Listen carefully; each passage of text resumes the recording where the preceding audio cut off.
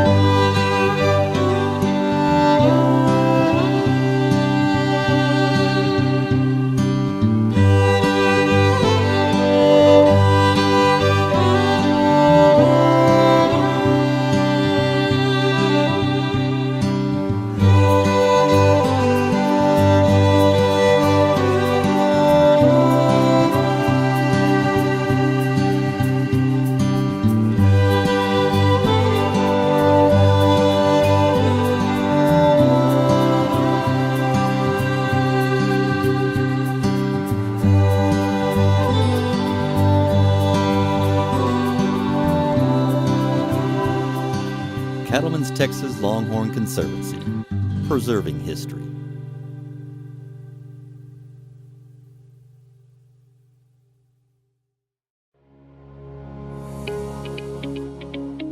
Every fall since 1980, the Dutchess County Sheep and Wool Growers Association have presented the New York State Sheep and Wool Festival. From raw fiber to animals, products, and goats too. Equipment auction, workshops, and even a llama parade. So please join us again in 2023 for the New York State Sheep and Wool Festival. You'll be glad you came. The Suffolk Punch Draft Horse originated in eastern England, where it was developed to work the region's heavy clay soil. While other draft horse breeds found employment carrying knights into battle or parading before cheering crowds, the Suffolk breed quietly went about its business of getting the work done in the field and forest. The breed has changed little over the years. They are powerful, intelligent, loyal, and tireless, making them the perfect partner for today's draft horse farmer. Over the years, against genetic adulteration was a smaller population of horses representing the breed. There have never been a lot of Suffolk Punch horses in the world. In the mid-20th century, the breed approached extinction. Today, while the numbers have begun to rebound, particularly in the United States, they remain an endangered species of horse. The nonprofit Saving Suffolk's North Coast chapter was formed to educate the public about this important horse breed and promote its preservation. You can join this mission by making a tax-deductible donation. Visit the website on your screen to find... They describe the Devon. They've been around ever since, but they have not changed. The Pilgrims came into Plymouth in 1620. 100 people came on the Mayflower. 50 died the first winter because of disease, other issues, starvation, maybe freezing. They didn't have substantial buildings, didn't have anything. Because the Pilgrims didn't have any communication, cell phones and so on, to get back to England, they sent word back with the ship captain and a few people they sent back. We need animals here to sustain us, chickens, pigs, cows, goats, sheep. So the third boat, 1623, I believe it was called Charity, American Milking Devons. Well, that's always been the Devon's strong point. That's their forte. I mean, from the days in Plymouth, they sustained small families with milk and meat and labor, and that's what they're doing today on these small farms and sustainable farms, and they're the excellent cow that's tailor-made for that.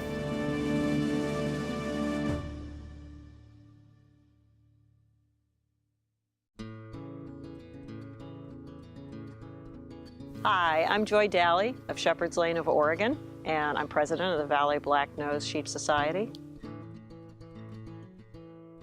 Hi, I am Emily Ani from Hidden Valley Ranch, and we're located in Utah. I am the vice president of the Valley Black-Nosed Sheep Society, and we are here today to tell you a little bit about the society. We are a collaboration of 80+ farms now. Yes. And we're working together to bring the world's cutest sheep to America. So please join us on our adventure and become a part of the Valley Black-Nosed Sheep community.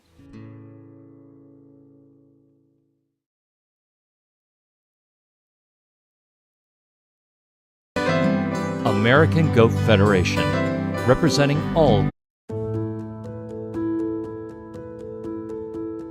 This week is our much anticipated launch for the RE Synergy Foundation, and we chose the National Western Stock Show in Denver, Colorado as our inaugural event. Denver has been a central meeting point for many peoples, cultures, and animals in its history, and has turned into a place that its founders never imagined.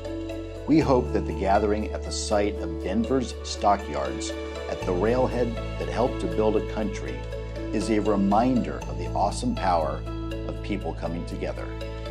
We hope that when your production company, Backyard Green Films, and we've helped to sponsor their live stream, so anyone around the world can be a part of this event by following along on the broadcast.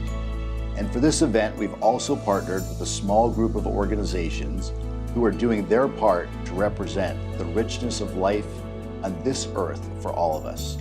We hope you follow us and them on social media and tell others about their work. That helps more than you might know. That's synergy, after all. A high tide lifts all boats, so all are elevated. We're the RE Synergy Foundation. We hope you join us in making 1 + 1 so much more than just a simple sum.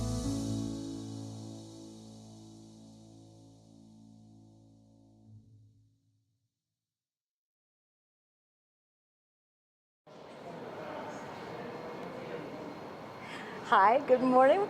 Good morning. Would you introduce yourself, please? I am Tan Albrandt, and this is my dog, Willow. Willow. Okay, so now Willow has already somewhat introduced herself at the front doors when we walked in the center here. Yes, ma'am. Very, very friendly little dog that you have. Has Yes. she always been like that? Oh, yeah. Always. Always a sweetheart. She wouldn't hurt a fly. Well, she herds everything. She herds everything. But she doesn't hurt. Now, tell me what you're doing here with her at the center. So I'm doing stock dog herding. We're gonna do cattle today. So we're gonna herd some cattle, and hopefully it'll be good. Good run. Now, tell me, when you have a stock dog, is it something where they only herd cattle? Pay money to see that. Oh, yeah. I mean, this dog would hurt anything if she could.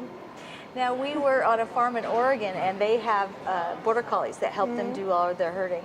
And they said that a dog is absolutely the most indispensable tool, a herding dog, a good one, on a sheep farm or a ranch like that.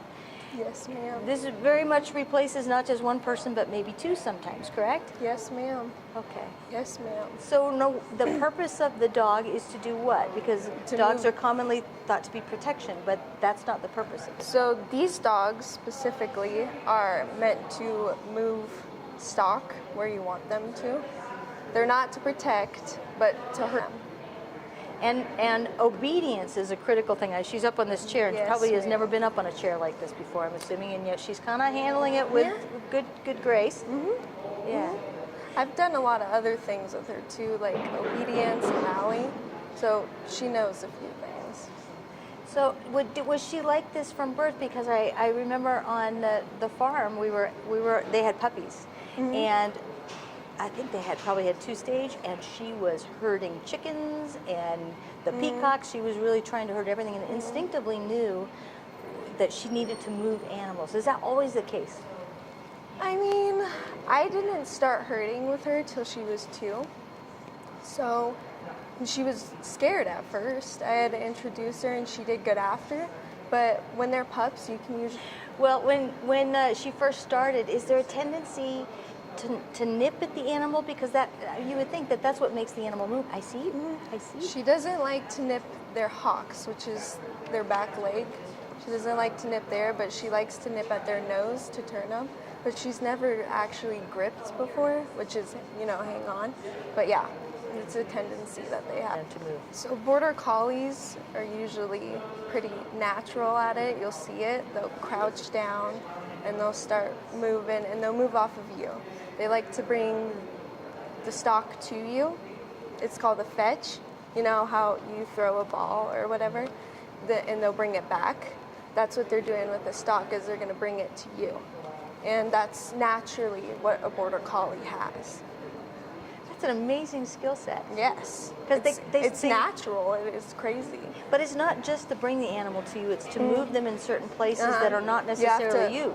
You have to teach them to drive, which is pushing them away, and penning them. So, you know, pushing them into a pen. Which is putting them in a pen. But I'm assuming that when you have stock, you might have one pen on the left or a pen on the right.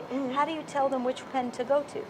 Well, what you usually do is you'll stand at the gate, and they'll bring the stock to you and push them in, because you're gonna hold the gate open and help push the stock in. It's a team effort with penning. And do you use the whistle commands that some people do? I am in that'll do.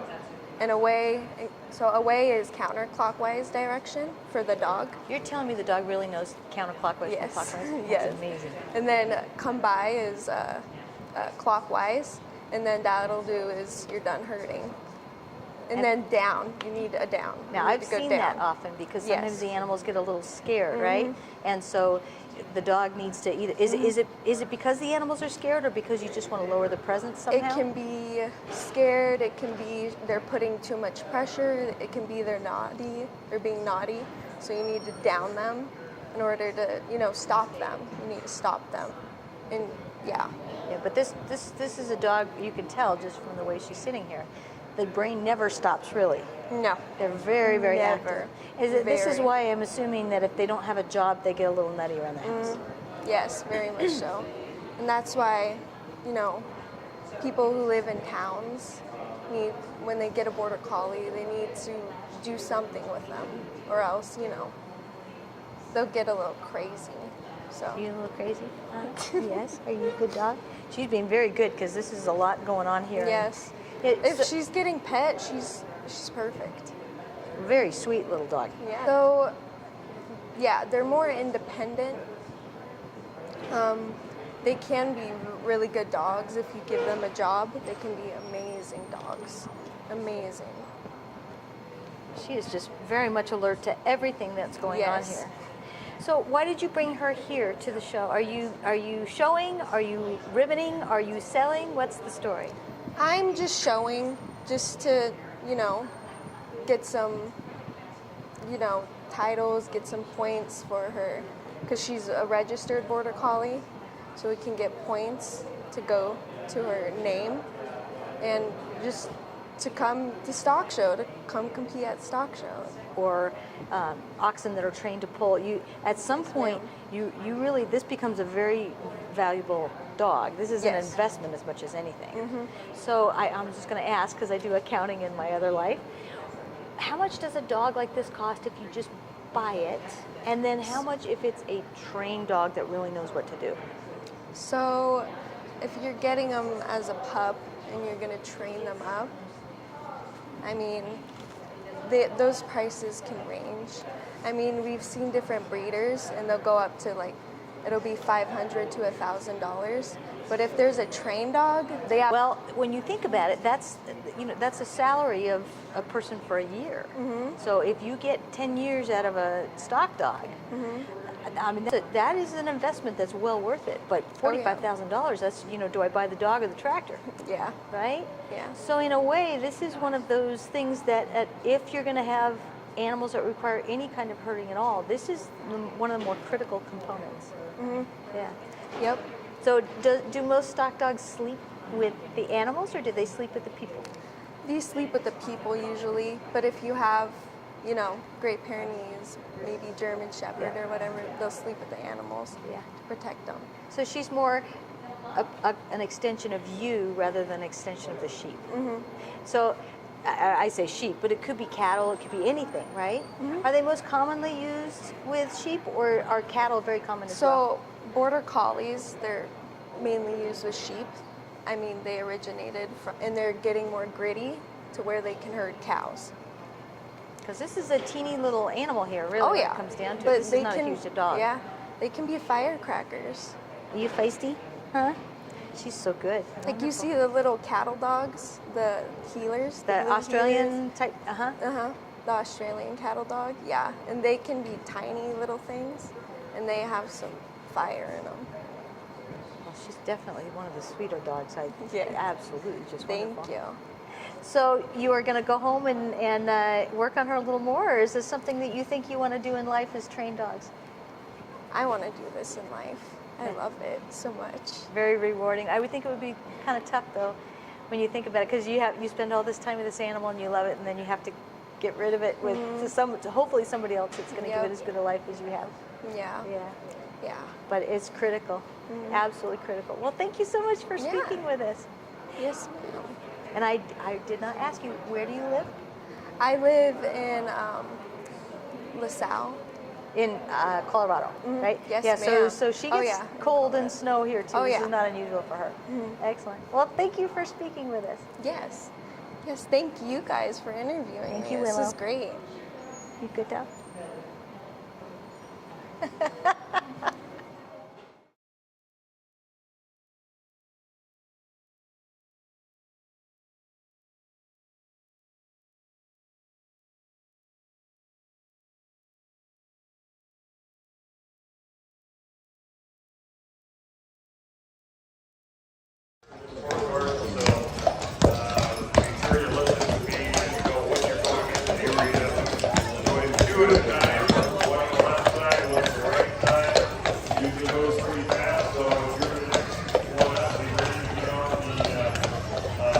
Scorecards when they come out. There are 2 sets of scorecards, so 4 scorecards total.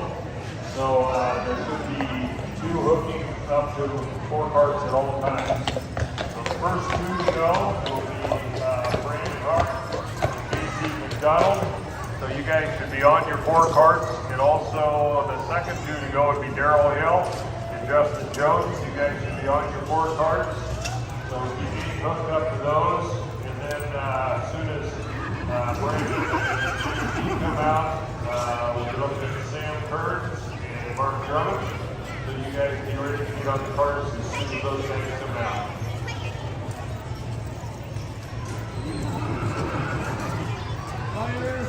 Just ask that everybody pay attention and listen to the guys, white and the red coaches. We just got to make sure we keep the show moving. So please cooperate with us. We'll do everything we can to help you guys. Thanks a lot.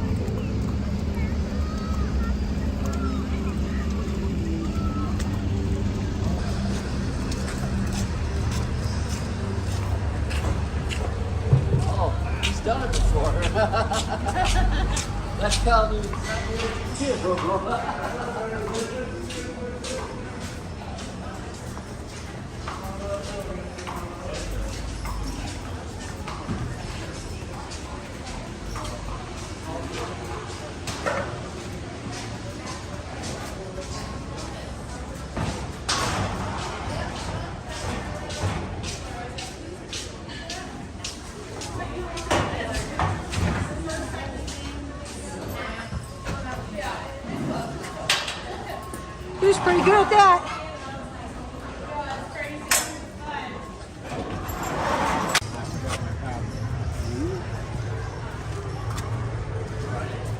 We've always got those patterns. They do when that book fall off.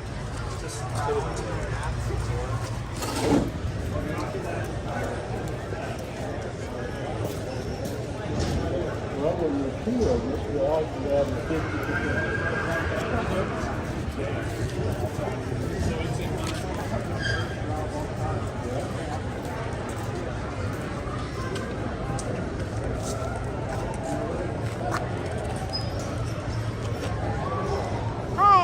Where are they coming? They're coming down this one or the other one? Okay. And then they'll come out this side. So if I want to get up close and personal, can I get, or would that be my best? Let's get you on one. And you can do, I would love that. yeah, going out. That would be great. Thank you. Stay away from them when they start moving, though. Oh, well, yeah, I know that one.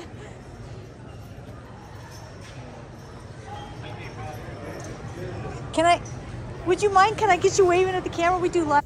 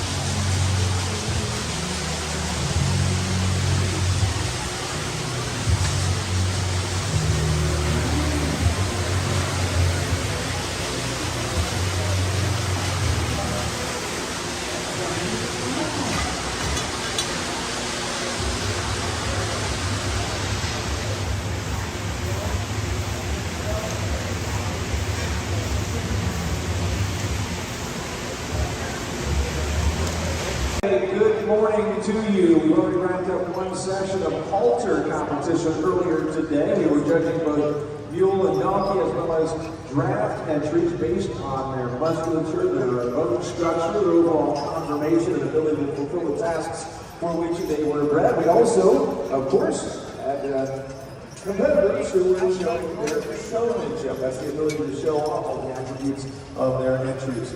We are about to start with our late morning session here with the 11 o'clock kickoff of our log skid race.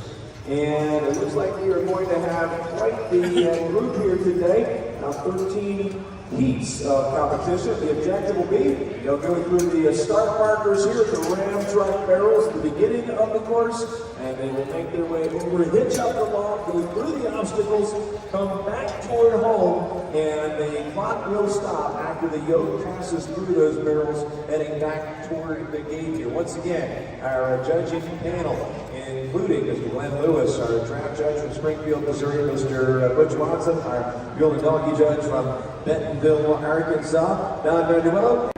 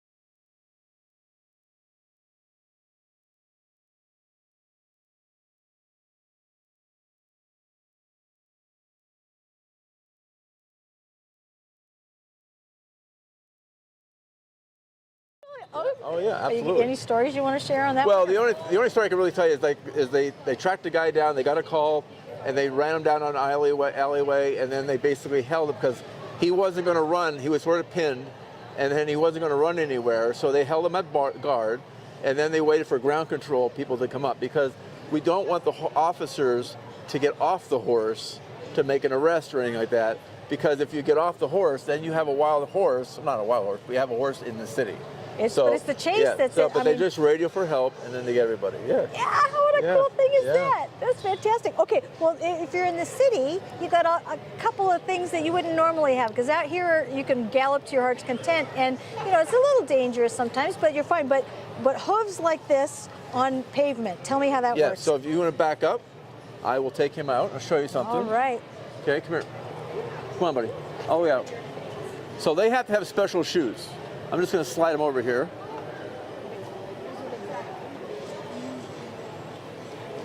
So they have to have special shoes. They cannot go downtown with normal steel shoes. So these shoes here, if you want to come over here, these are rubber over metal, okay?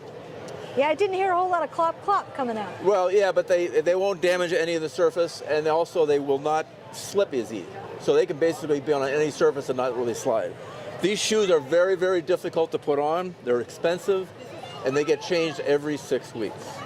Well, it's like tires on an SUV, right? Yes, exactly. Well, yeah, because I can see take a left turn, and then it looks like turning a barge at one point, right? And these horses get the best of the best treatment. They get chiropractor every 6 weeks. They get the best food. They get constantly being monitored. So they basically have a very good life. But it's also a stressful life for a horse. Yes. So we get them, we try a minimum age of 8, and we have to retire them at 20. And it's not as much as a physical retirement, it's more mental. So if the horse starts to get stressed out, being downtown all the time, and we start to sense that, then he goes up for adoption, being donated to somebody who's in the city. Was that just a bad thing that I did? No. He's just Is that all he's right? looking for a treat. Okay. Okay. Well, I would do that if I could. Yeah. Yes, I would. He's very friendly. Yeah, So he's very friendly. What breed is he? He's a paint, and that horse over there is a Mustang. You know, so. Now, I would not assume that a Mustang would be the horse that you would necessarily want, right? Because you need something cold-blooded or warm-blooded. You want a little colder, right? No, not necessarily. It just, you need a horse that's able to adapt, has a good attitude, and that's what I do. I fix horse problems. I fixed over 3,500 horses in my career. So it's the thing of it is I look for a horse that has a good disposition, willing to learn, and then from there I can train him to basically anything. We just got a new horse 2 weeks ago. He's half paint, half warm blood. You know, so that's going to be an interesting, but he's very friendly. Like this guy's a very friendly horse. He's almost like a big dog. Yeah, he's he's easily he's good in the public and so forth. Yeah, he's not scared of the kids because let's face it, you have to have an animal that is willing to be touched somewhat frequently, correct? Exactly. And he has to be willing to be able to have any of the surrounding noises or smells or, being downtown in the city not affect him. Yeah. Basically, he's doing his job of moving. Yeah, patrols, and they were draft crosses. Yes. So that's very common popular. Thing? Draft crosses are popular within and I've had clinics. I used to do clinics many parts of the country, and I have done police forces before. The draft horses are mainly designed to push people. So if in a crowd that you have to disperse, a draft horse that big will push a crowd very easily. Yeah. And the officers feel less more protected up there on a draft horse. Yeah, I was just in the ring behind us here where they're doing the draft polls. That is correct. And I was doing a little bit of videotaping in there, and you have to really be careful because they are very large animals. They're very large animals. This guy weighs 1,100 pounds. Yeah. Those probably are close to 2,000 pounds. Wow. So now even once you get past animals, meaning they don't scare. Exactly. Correct? And that's what we do with our guys. We have to it's called desensitizing. So I have to desensitize him because horses in the wild, they're afraid of 99% of the things in the world because that's what allows them to fight or run away. I have to recondition that horse that 99% of the things in the world will not kill him. So no matter what goes around, noises, gunshots, cars, anything in the city will not scare him away. He has to stay calm in all conditions. So how long does that take? I mean, because it's exposure, right? Well, technically, it doesn't take that long. Probably 2 or 3 months in the beginning, but they're every time it's how we always teach this in my clinics. Every time you touch a horse, you train a horse. So every time they're downtown, they're constantly getting trained, and it's just this constant repetition of things. Yeah. So how many kids do you think that have become police officers because they met you and one of your critters somewhere? And the thing that's what we try to tell the kids, they say, well, can I be a mounted patrol officer? And I say, yes, you do, but you have to be a policeman first. Yes. So it's part of just our education. But it's establishing It is. relationships. It's a goal. Yes. It's exactly right. Yeah. This is the absolute best way to do it within the community. What we also explain is like if you're out downtown and you see a policeman in a car, then most likely you won't stop and talk to them. On a bike, you might not talk to them, or a motorcycle. But if you see a policeman on a horse, you're more likely to go up and talk to them. Yeah. So it's very much a part of the PR stuff that we have. Yeah. Well, I guess Denver's the proof. I keep thinking about Dennis Weaver. Is it Dennis Weaver that used to run down the street? Yes, exactly. That was that. I forget the name of that, but I do remember that. What was that show? That is a little okay. bit showing our age. Yes, it is. My husband's saying McLeod. McLeod, that might be it. Thank you. Yes, when he runs down the middle of the street with the horse. Exactly. But it is something that just harkens back to older times when the marshals used to come in and they ride in on the horse, and there's something about it that's awe-inspiring. Right. I mean, these are Denver police horses. We have currently 4. We have 3 officers, 3 horses that are on duty. But at one time there was 12.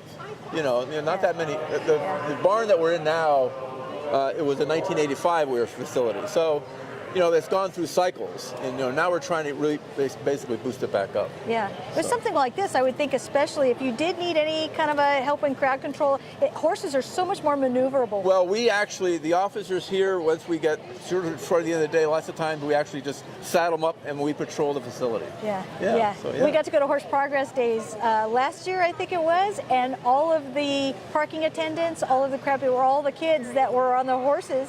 And obviously not a whole lot of vehicles, and and they all were very comfortable with animals. Right. But it really facilitated things, because it doesn't matter if they're hither or yon or up a hill or not.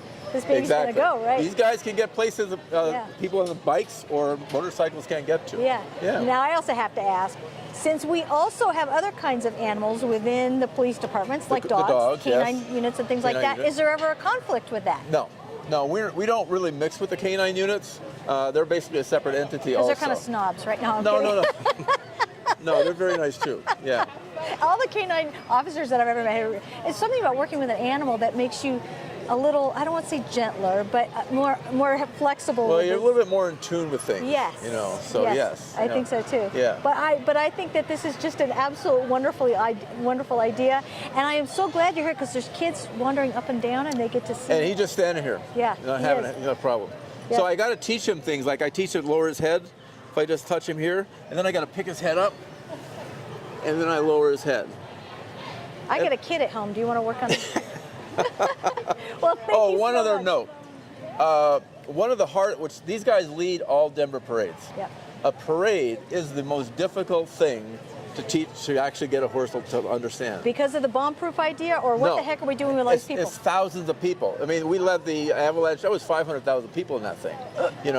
But the thing of it is, to reproduce that, like I've trained a horse, I got to reproduce something. Yeah. But in the parades, I can't hire 10,000 people to stand along the sidewalk as I move my horses back and forth. Yeah. So I have to try to get them prepared in a little bit different ways, but they do good. They do really, really well. And the stock show starts off with a parade that is not a little thing. And we led it. Did you? Okay. Yes. So now I looked at the and the longhorns were right behind us.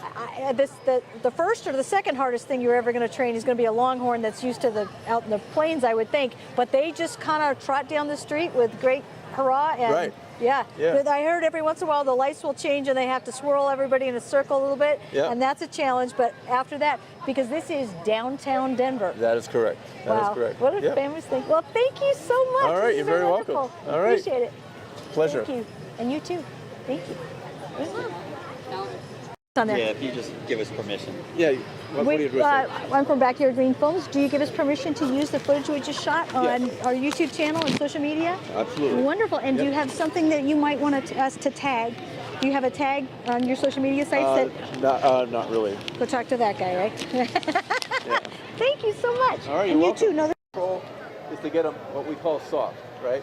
So when I teach him, I got to have him get his head back. So I teach him to keep his head there. The softer you have the horse's head, the more control you have. So that is as a control mechanism to make sure that if you have to turn him for something? This is actually part of an emergency one-rein stop. So if you ever see somebody riding a horse and pulling back with both reins,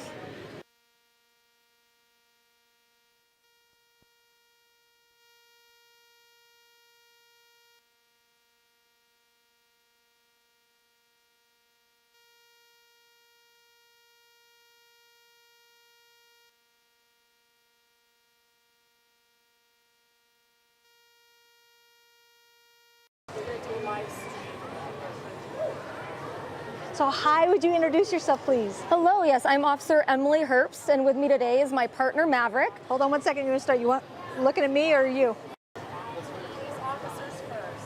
Hi, it's good to meet you. Would you introduce yourself, please? Nice to meet you as well. I'm Officer Emily Herbst, and with me today is my partner, Maverick. He's a 12-year-old wild-born Mustang.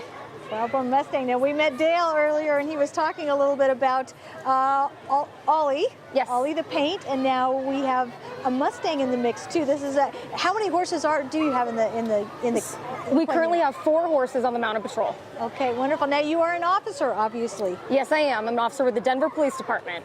Okay, Denver Police Department is this a progressive thing for them, or has this been around forever and a day? So the Mounted Patrol was a staple of the department, but in the 1930s, with the rise of automobiles, the unit was shut down. In 1984, a small group of officers reestablished the unit, and they erected a barn down in southwest Denver, and which is where we are still today.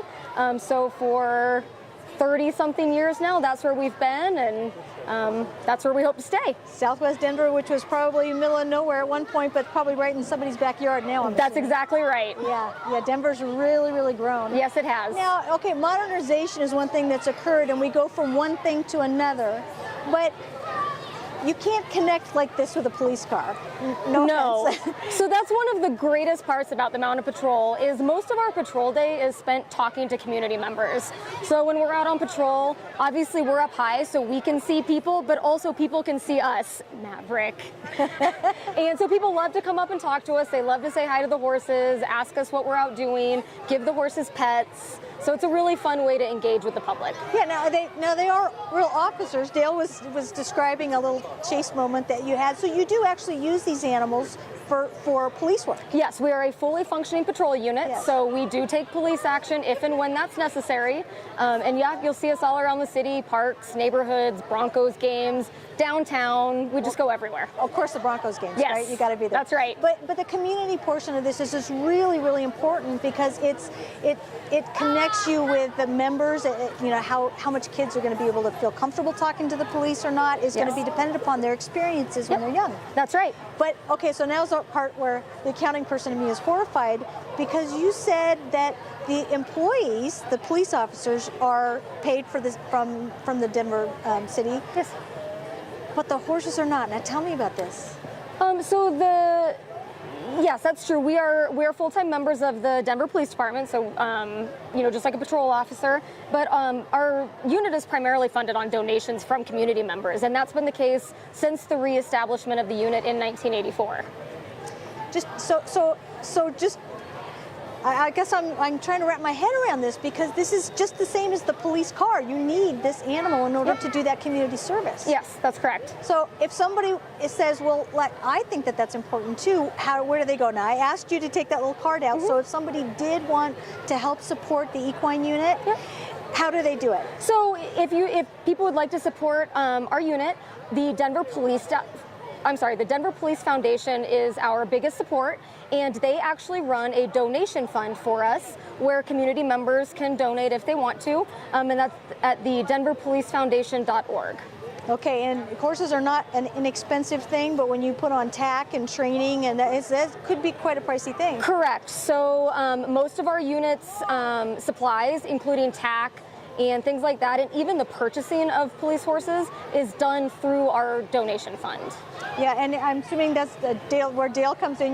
Dale trains, correct, too? Yes. And that's not an inexpensive thing, too, because it takes quite a long time to make an animal trained for use in the street with the That's right. All of our horses that we get to the unit are fully trained to be ridden, but then they have to go through additional training to learn how to be police horses. Okay, so I'm going to ask you to read that website out, if you would. Yes, that is going to be the denverpolicefoundation.org. Okay, so anybody that wants to could go. Now, I don't suppose you guys have an adopt your own little police officer, equine police officer, do you? Well, we don't. However, our unit does now have little stuffed animals that are based off of Maverick and Ollie, who you met today. Is that what we're seeing on the table? Yes, over there? that is part of the booth that our department volunteers are helping us run today. Yeah, you are the whole event is here at the National Western is very volunteer driven. Yes. But you are as well. Yes, we are. We have our volunteers, our Denver Police Department volunteers here every day helping us out, representing the Denver Police Foundation, and helping us out with those unit t-shirts and stuffed animals. Yeah, it's right in keeping with this whole idea where you're here, the community is all a part of it, yes. isn't it? Yes, that's right. Better. Great. Okay, anything else that you think And we even got a little smile. Good boy. Anything, I don't know how we can top that, but anything else that you think that it would be interesting for people to know? No, I just like people to know if they see us out on patrol, please come up and say hi. It's our favorite part of the day, getting to talk to people and getting to meet everyone in the community. Wonderful. Thank you so much. We really appreciate you speaking with us. You too. Thank you. Show off. You're a show off, aren't you?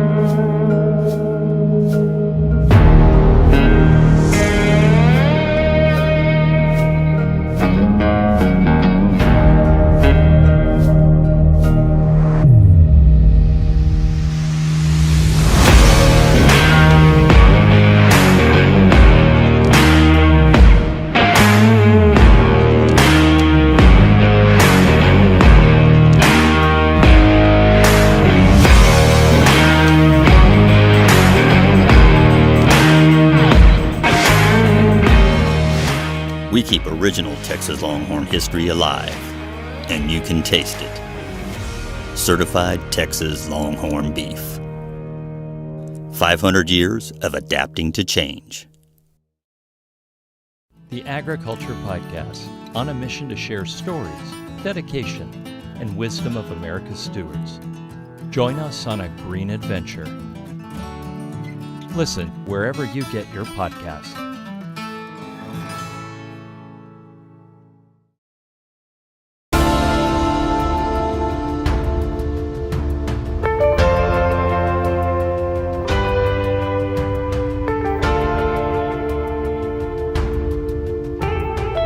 The meat has more flavor. It's a sweeter meat. It's just more flavor.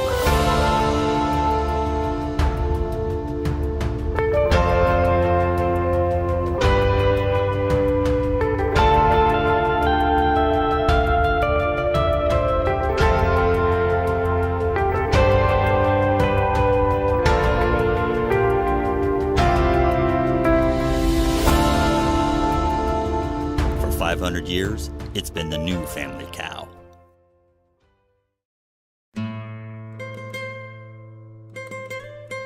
Galicinos, the small horse with a big heart.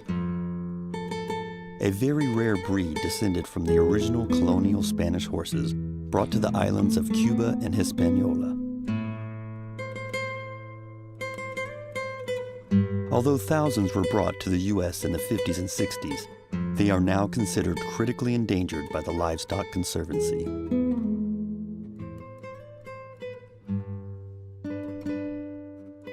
The Galicinos of Suwannee Horse Ranch in Live Oak, Florida, are dedicated to the preservation and promotion of this breed, providing educational opportunities on the history and the role these horses played in the conquest of the New World. For more information, please go to www.galicino.org.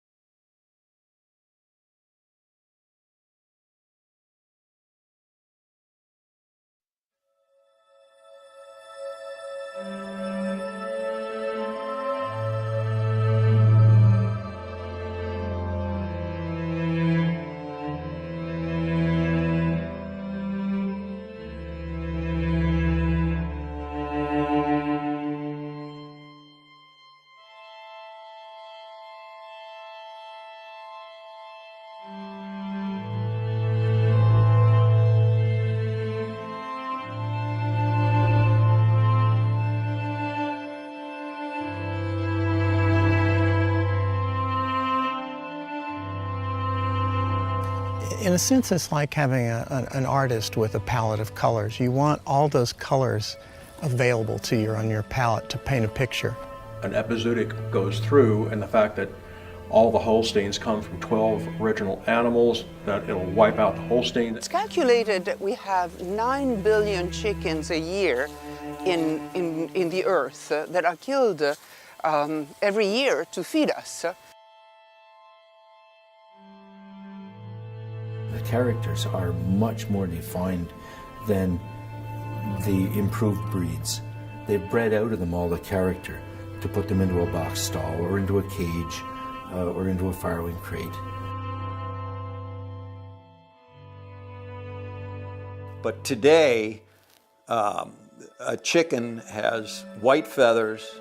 It stands around. A turkey is white feathered. It stands around and waits for the day that it's slaughtered. Regardless of the fact that you're either eating these animals or you're a vegetarian, biodiversity is important to everybody. Keeping that biodiversity amongst breeds that might be the salvation for some of these breeds is absolutely critical.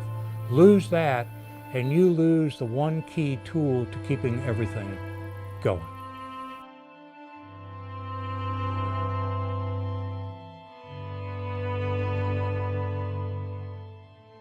I think it's important, unique breeds of animals, all different kinds of animals. It's important to save them, because if you lose that genetics, you have lost it.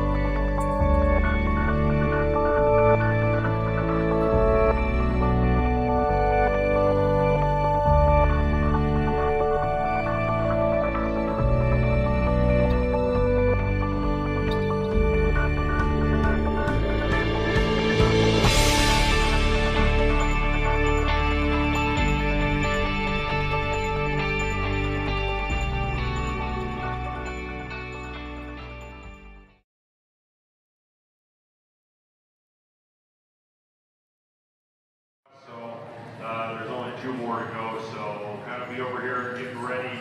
We will make a couple of adjustments to the course to accommodate teams, and then we'll have that brief drivers meeting to answer any questions that you might have. And so please make your way over to the paddock arena, and we'll be getting started. We're going to be right on schedule, I think, maybe even a little early. So.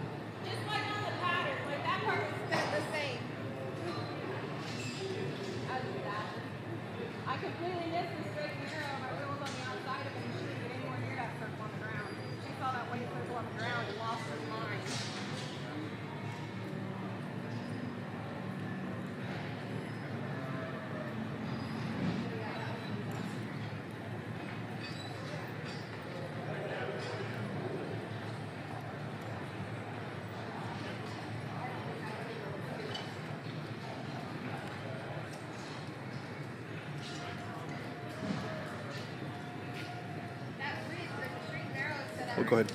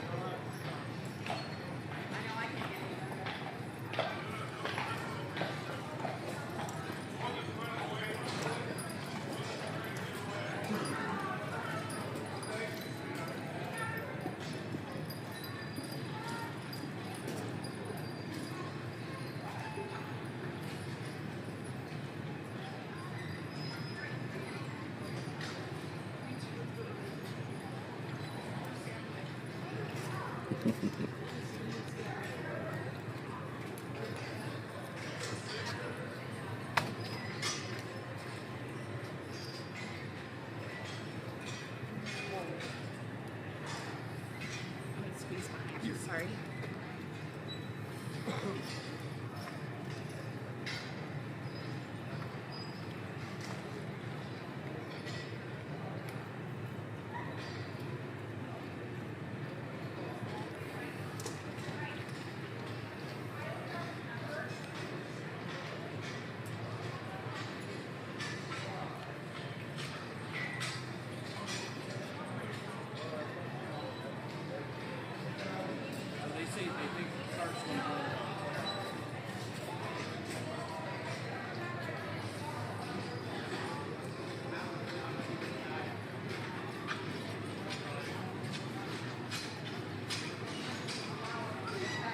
Okay, I'll go grab my number. Put it back on.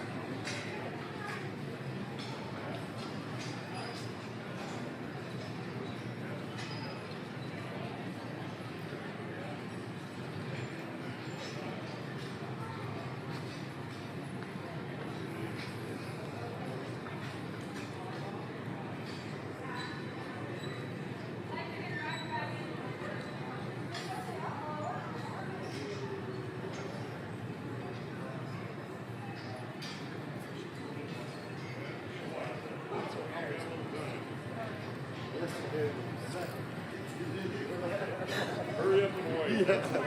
Yeah. Thank you. You bet.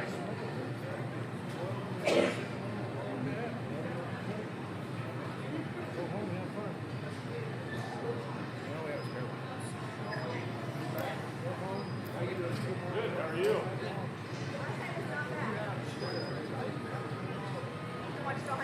I don't know, it's revised, it's different from what's online. They should have that over at I don't think they're posted for it. They'll have it. Pick one up. Okay.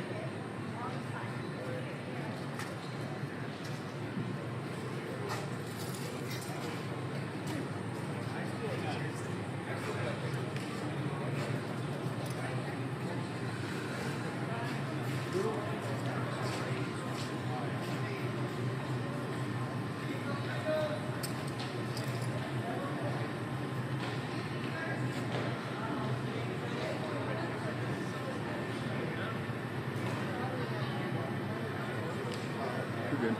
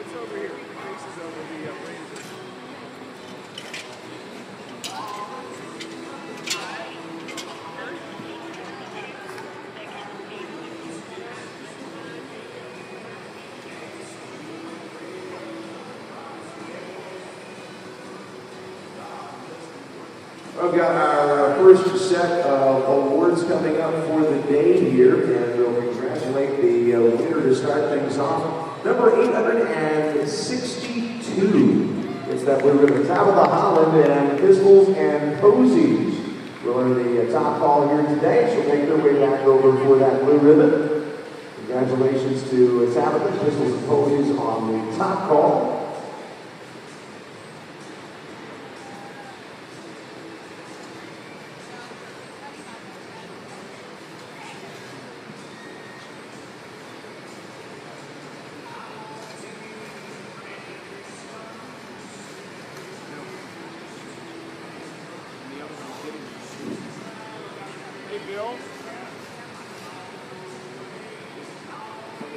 Tabitha also picking up the red ribbon in second place. That is 50 Shades of Foxy, the Dr. Kimberly Huckley entry with that red ribbon.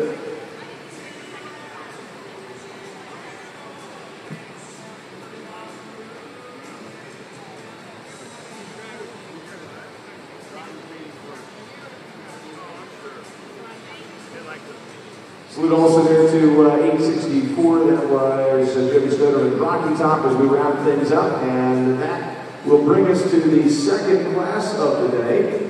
That second class of the day is going to be the Draft and Mule Obstacle Driving Hitch.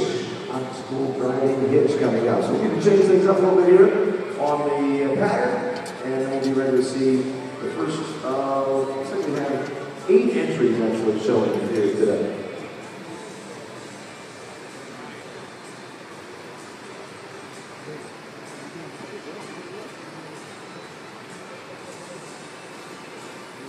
Pardon me, it looks like 28 entries, the number showing in the Draft and Mule Obstacle Driving Hitch. We'll be preparing that pattern right now.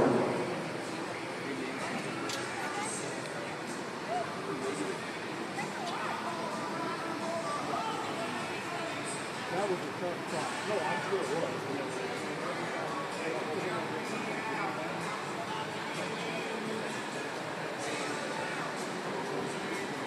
Our next class will be Draft or Mule Obstacle Driving, and this will be team.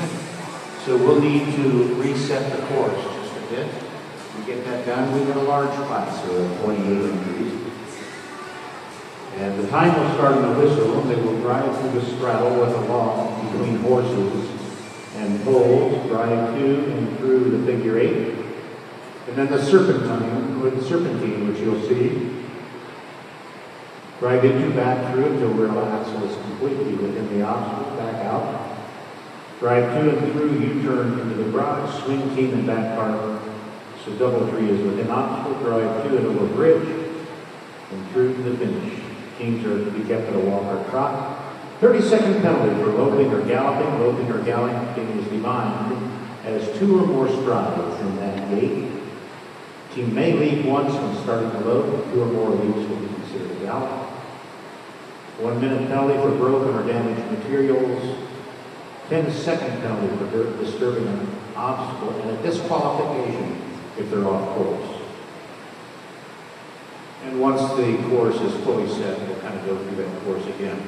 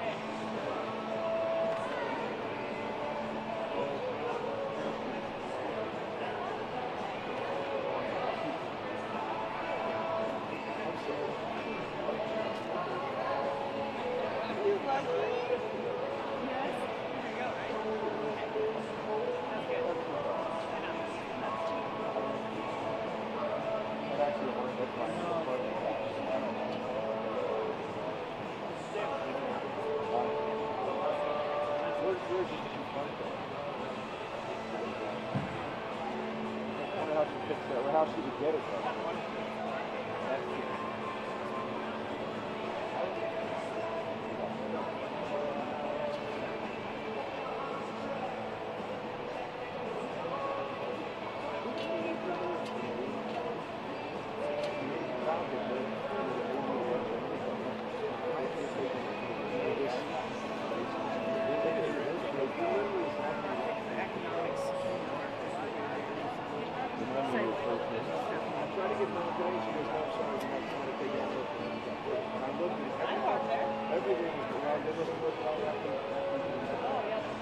So anyway, I'm just telling you, I don't want you to improve because you're doing this business. You're the one who's trying to No, I never do, except for today. There were 3 vans, one of my vans for last night. Yeah, that was the one that I drive. When I went out, I was surprised to find it, but I was also happy. I know, mine went next year, so I was like, this is cool. Yeah, I mean, I backed into a space smaller than the van, basically. Is it white? Huh? Okay. Yours white, mine's black. Mine's black.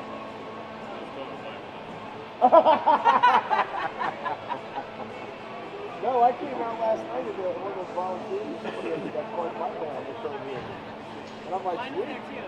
And then this morning I came in and the lady tells me that the whole A-lot over there is taking a issue.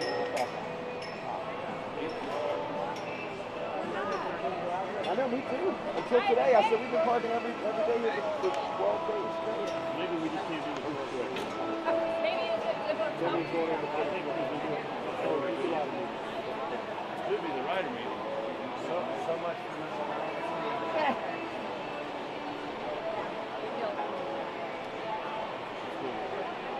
Hey Mike, if you do talk to anybody, the black van with the VIP thing in the garage. I parked there because they didn't have any time to do it. Are you on this group? I'm on the bus side. So I thought I've seen a bunch of them out there. I don't do that because I don't need to, but this morning I sort of had to because he was telling me out that way and everything. So they had must have different parking things. It's the same lady. A-Lot's always been handicapped. The whole time. Well, there's actually places in there that say officials. And they would not park. No, she said this morning, every other morning she's letting me in there. And that's what I was told. Are you talking like right in front? Yeah. What time did you get in? There's nobody at Yeah, any. we were about 20 after so. I didn't get any. They won't, you'll be fine. But the lady, I was surprised, but it's the same lady I see every single day. And she said, no, we had to take over this for handicap today. Not sure why it changed or... Anyway. If you want to move, let me know. We can put it in. I don't want to. I love where it is. Yeah, I bet you get do. That's icy. That's Right. Actually, the ice hockey a little bit more.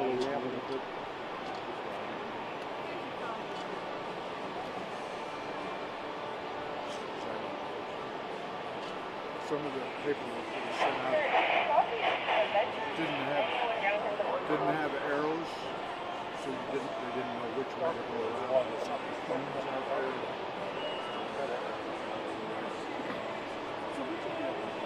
Very common.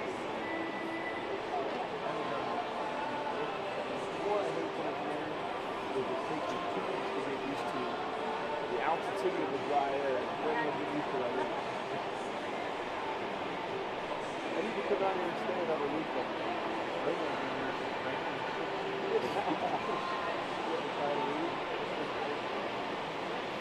You should notice that way of thinking after you get through it. So when you go to Florida, do you find that you really get to oh, you don't? I went, I love California. No, they're so opposite end of the spectrum. Let them both go there. I can see, you know what? I can see that in California.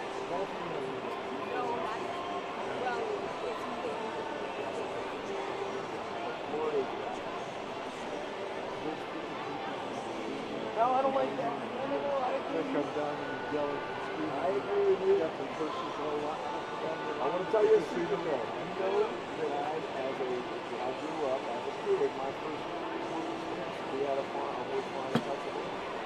So I grew up in Pennsylvania, so at least one person I hope who's from up there who you don't dislike. But I agree with you, I got a bunch of if you go on, if you get out of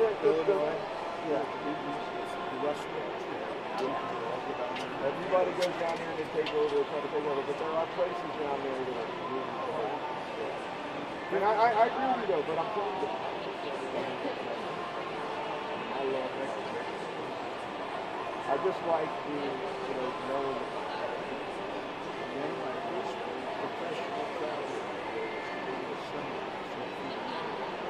that's Tampa, and I figured out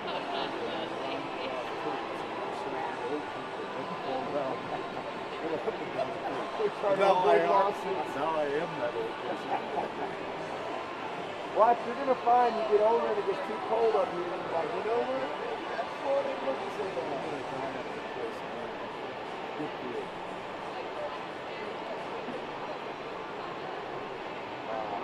I like it. I mean,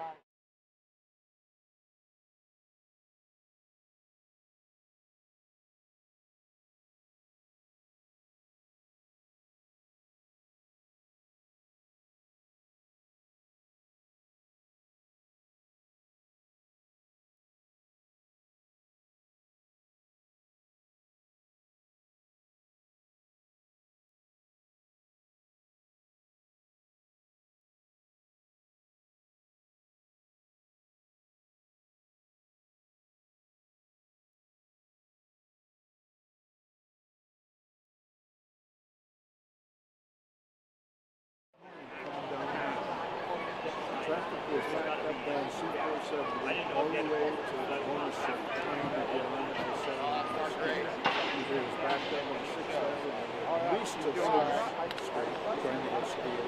And I-70 was backed up almost to Woodward, trying to go school. Hi, how are you? 3 major, 3 lanes wide, 12 miles, 60 miles, 80 miles. And we could, we looked at Tuesday morning, we leave at 9 o'clock. Yeah. We go, we went Tuesday, Wednesday, it wasn't bad at all.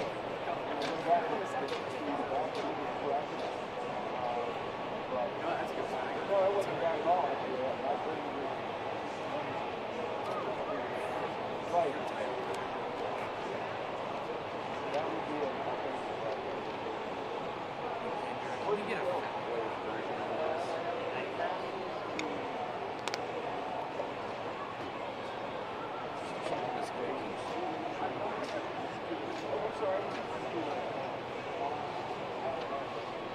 Right. I'm looking, we did Keystone. So now that we have the course in front of us, we can talk about it a little bit more completely than we did before. Horses and mule teams are going to enter. They're going to go between the cones off to the left. And you're going to do a straddle on the poles there. And they're going to work that serpentine with those cones you see. And that'll get them over to what we're going to call the garage. And they're going to get back into that.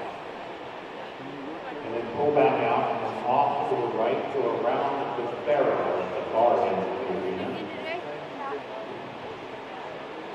And then they will come out of there between the two poles.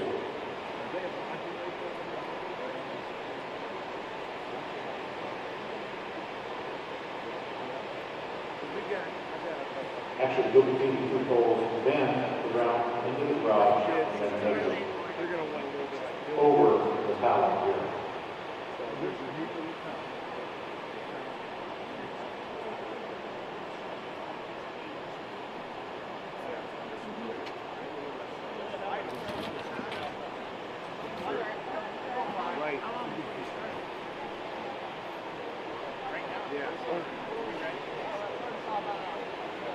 All right, we are ready in the arena. You folks, you drivers have seen the course. We're ready for you.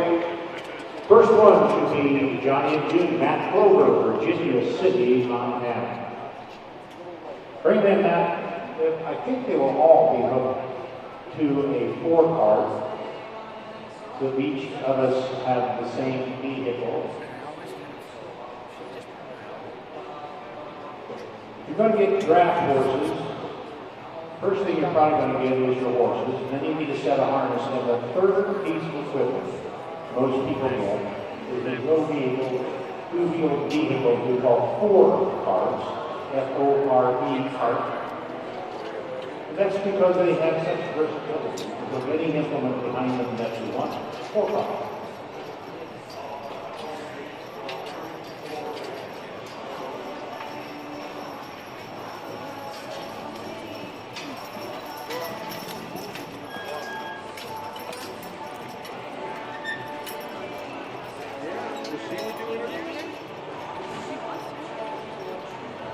That's pretty handy in this class. Time starts on the whistle.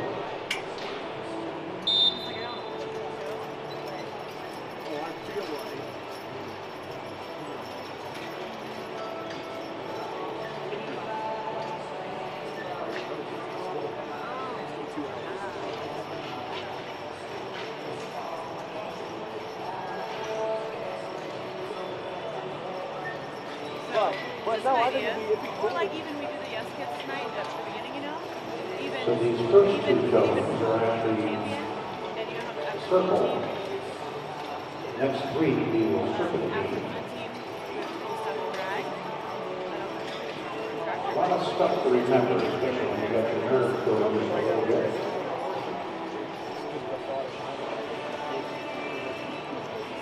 It's the same class as last time.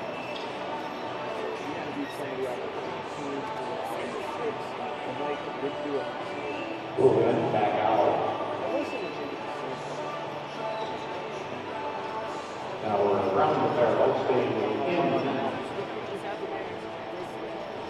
Those poles that are down there.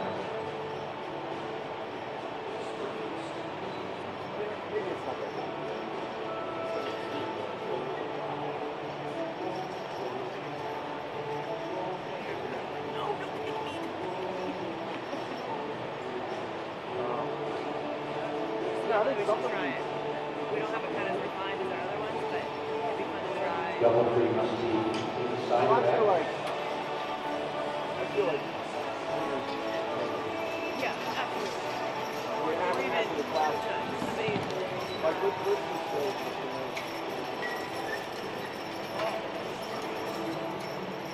Looked clean to me, but we'll wait for our judge. And he was kind of smoking it as well. I think it looked pretty good.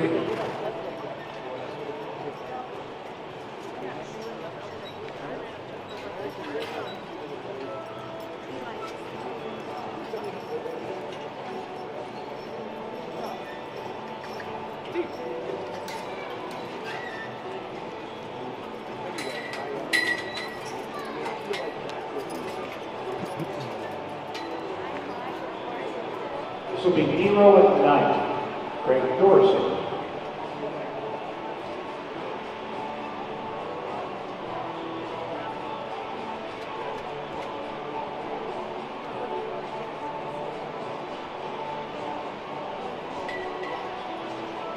He was on the course in time of 1:49.22. He did move a couple of obstacles, so that adds 20 to be 59, be 209.22.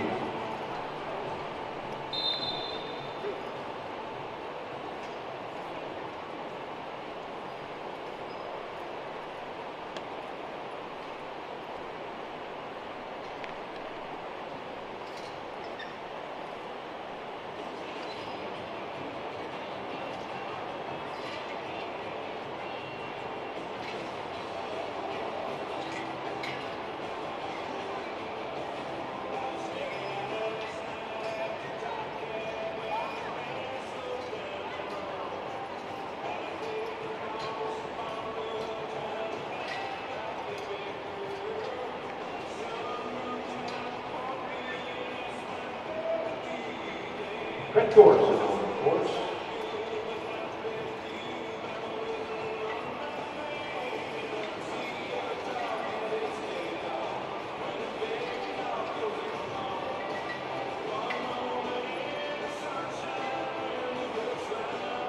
Those first two cones, as they circle that, ideally they would keep their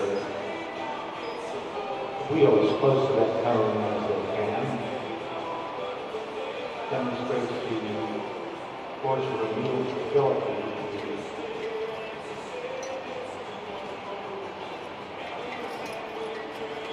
to side pass.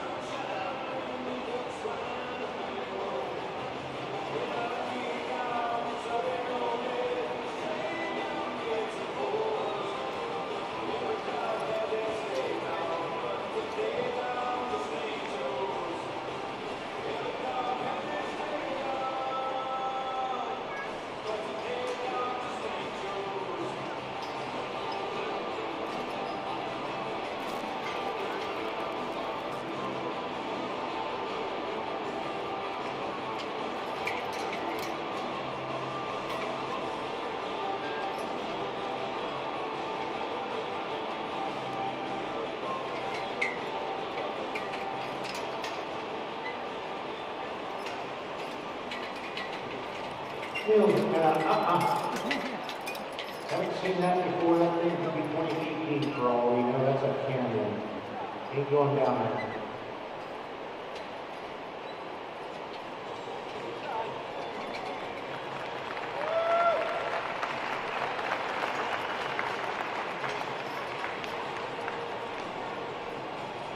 Next will be Dolly and Donna Brian High from Texas. Chris Atterbury is going to be driving.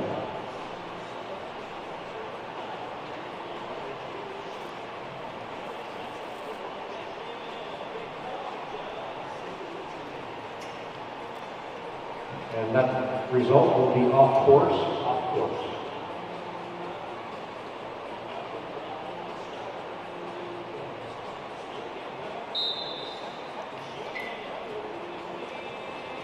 Coming down.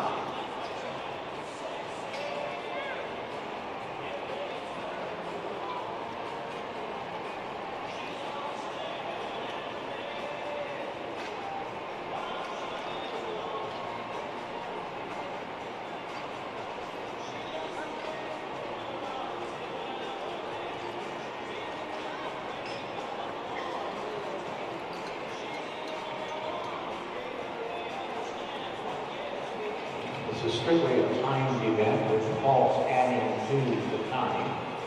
So it's the accumulated score that counts.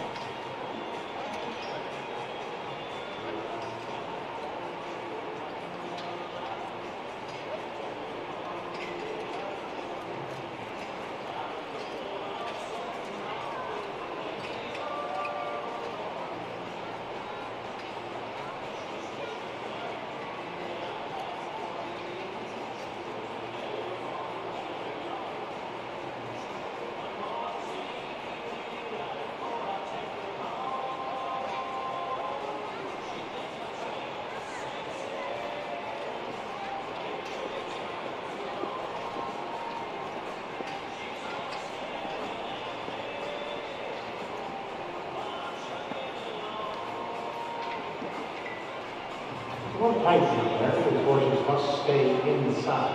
They're really quite cold. At the same time, clearing that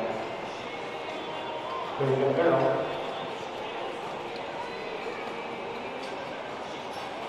Here we must back into this garage and they develop these eveners, whatever you call them. Must be fully inside.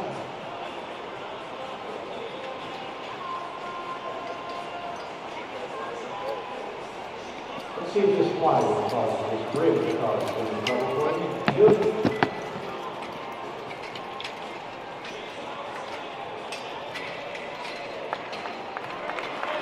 Very nice run, Chris.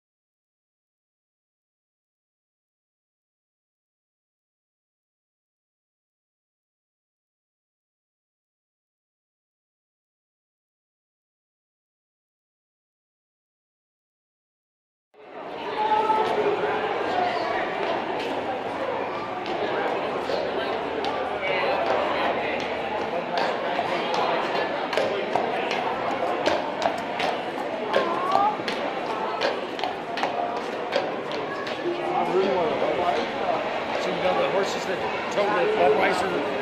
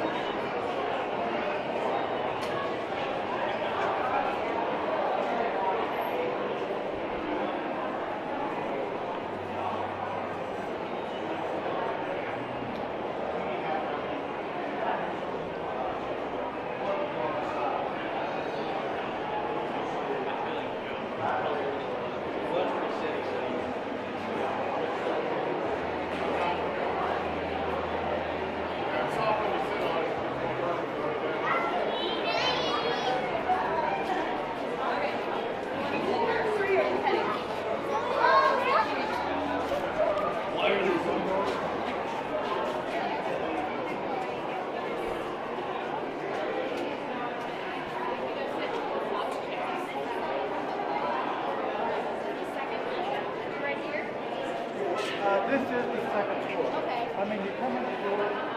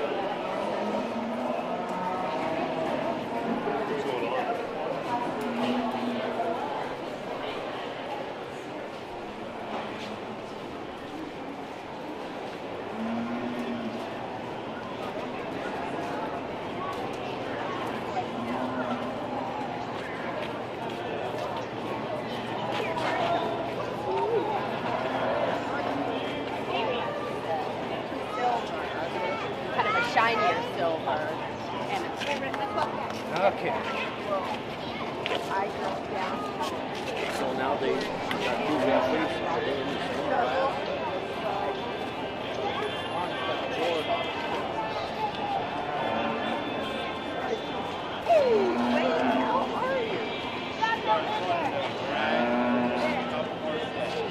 good to see you all.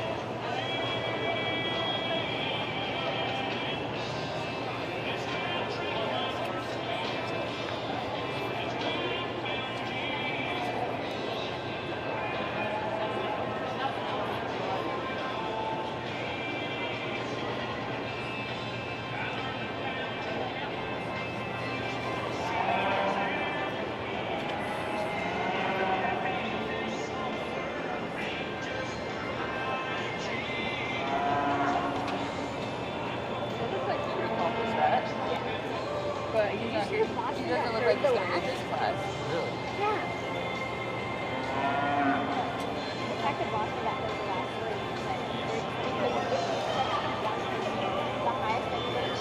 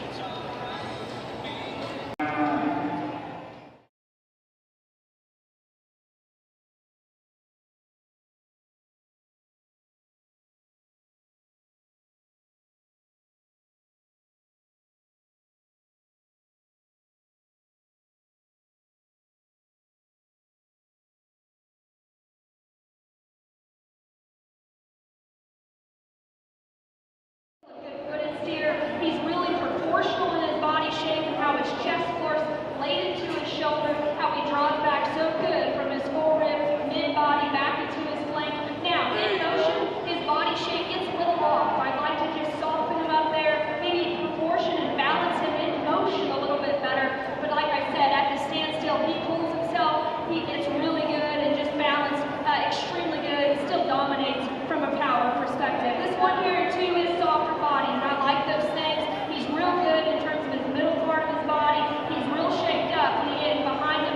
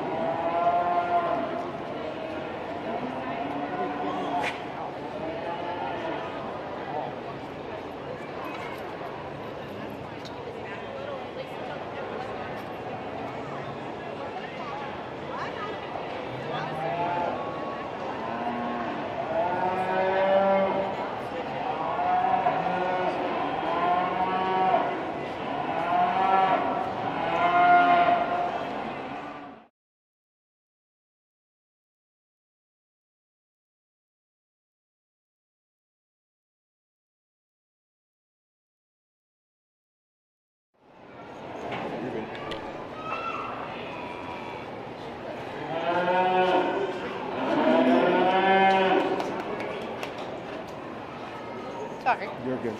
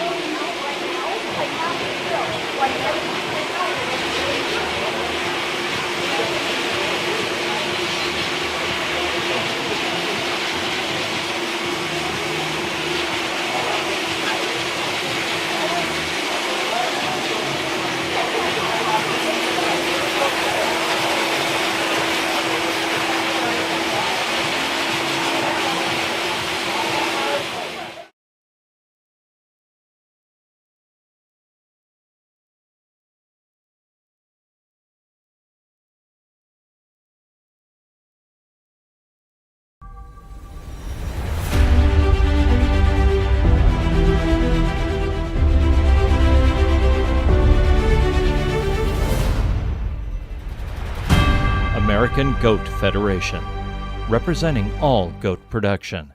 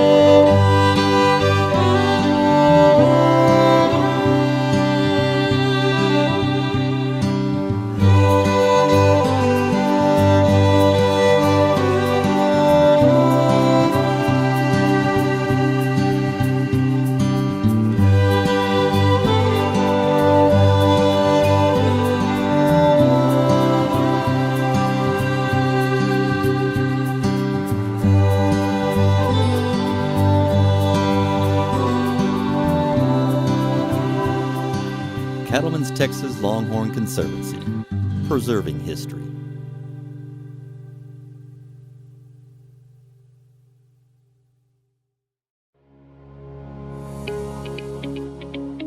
Every fall since 1980, the Dutchess County Sheep and Wool Growers Association have presented the New York State Sheep and Wool Festival. From raw fiber to animals, products, and goats too. Fiber farmers, vendors, shows, equipment auction, workshops, and even a llama parade. So please join us again in 2023 for the New York State Sheep and Wool Festival. You'll be glad you came. The Suffolk Punch draft horse originated in eastern England, where it was developed to work the region's heavy clay soil. While other draft horse breeds found employment carrying knights into battle or parading before cheering crowds, the Suffolk breed quietly went about its business of getting the work done in the field and forest. The breed has changed little over the years. They are powerful, intelligent, loyal, and tireless, making them the perfect partner for today's draft horse farmer. Over the years, they were carefully protected from crossbreeding to ensure their desirable qualities would not be diluted. A side effect of that defense against genetic adulteration was a smaller population of horses representing the breed. There have never been a lot of Suffolk Punch horses in the world. In the mid-20th century, the breed approached extinction. Today, while the numbers have begun to rebound, particularly in the United States, they remain an endangered species of horse. The nonprofit Saving Suffolk's North Coast chapter was formed to educate the public about this important horse breed and promote its preservation. You can join this mission by making a tax-deductible donation. Visit the website on your screen to find out how. They're the oldest pure breed in the world. When the Romans invaded England, they described the Devon. They've been around ever since, but they have not changed. The Pilgrims came into Plymouth in 1620. Yep. 100 people came on the Mayflower. 50 died the first winter because of disease, other issues, starvation, maybe freezing. They didn't have substantial buildings, didn't have anything. Because the Pilgrims didn't have any communication, cell phones and so on, to get back to England, they sent word back with the ship captain and a few people they sent back.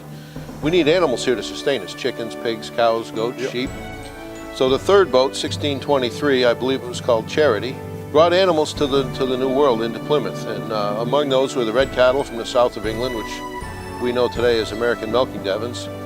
Well, that's always been the Devon's strong point. That's their forte. I mean, from the days in Plymouth, they sustained small families with milk and meat and labor, and that's what they're doing today on these small farms and sustainable farms, and they're the excellent cow that's tailor-made for that.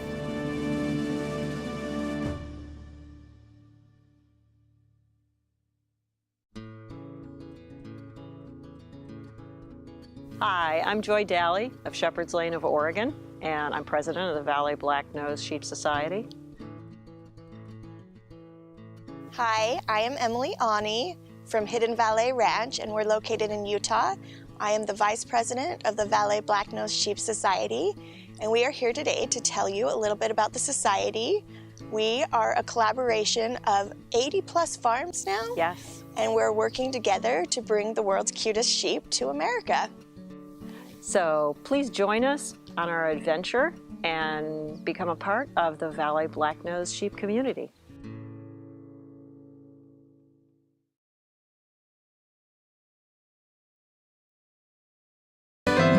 American Goat Federation, representing all goat production.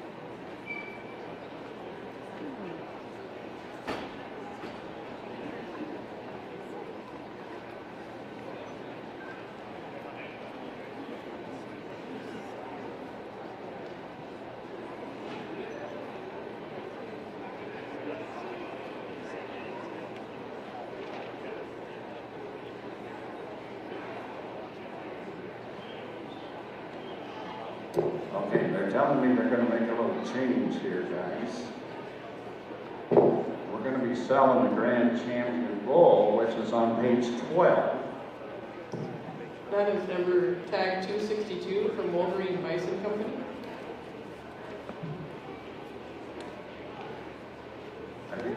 And they're a Grand Champion male, and he came, and also first place in the class. He came in at 1,650 pounds. Our class sponsor was Platte River Power Authority, Rawhide Energy Station, and our Grand Champion male was sponsored by Hein Land and Bison.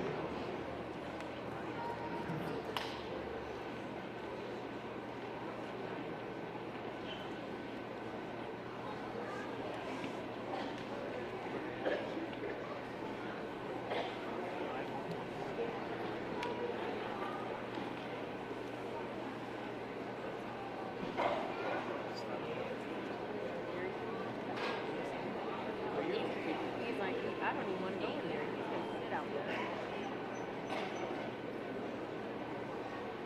Our internet this gal, so making sure we are back up and running.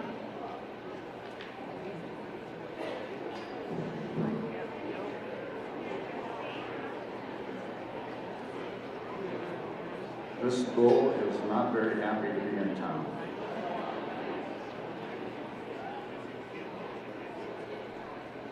Comes from a good home, had a wild ride out here on Dean's truck, I understand. Here he comes. All right, there he is. That's your Grand Champion Bull right there, guys. That's what you all been waiting to see. Here he is. He is sired by 703, which is a white Renegade son, guys.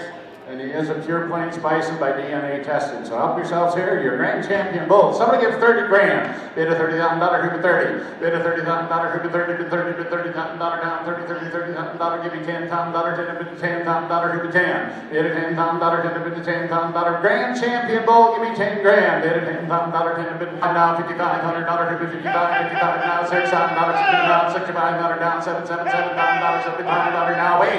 Bid a $80,000, $8,500, $85, $9,000, $10,000 down, $10,500, $11,000, who bid 11, $11,000, who bid 11, $10,500 now, $11,000, who bid 11, bid 11, bid $11,000, $10,500 now, 11, bid $11,000, who bid 11, bid 11, bid $11,000, who bid 11, $10,500, bid $11,000, $11,000, better bowl than that, guys, give me $11,000, who bid $11,000 now, $11,500, bid $11,000, bid $11,500, $11,500, $11,500, I've sold lots and lots of Wolverine bulls, lots of guys have taken them home, they do great when they get them home. They make great calves, guys, and you're buying from a reputation operation that has been breaking bulls here for many, many years. Help yourselves. Give me $11,500. Get $11,000, $11,500, $11,500, bid to $5,500, $11,500, bid $11,500, bid $11,500, $11,500, bid to $5,500, $11,500, bid $11,500. How you let give me $11,500, $11,500 down, $5,500, $11,500, bid $11,500, bid $11,500, $11,500, bid to $5,500, $11,500, sold a bull, $11,000, $11,000.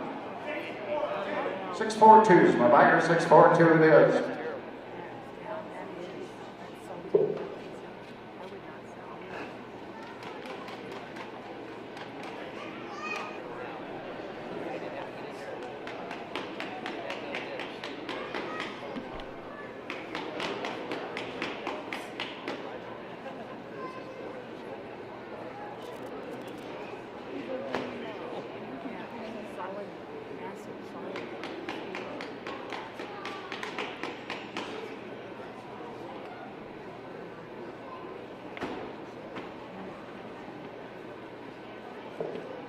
Who is the buyer of this nice bull? Where's he set? Sir, would you come get your bull the hell out of here?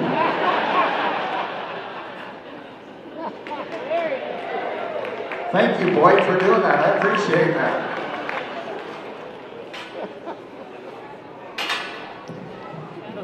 Next in, now we should have our Reserve Grand Champion female, 109 from Snyder Land and Development.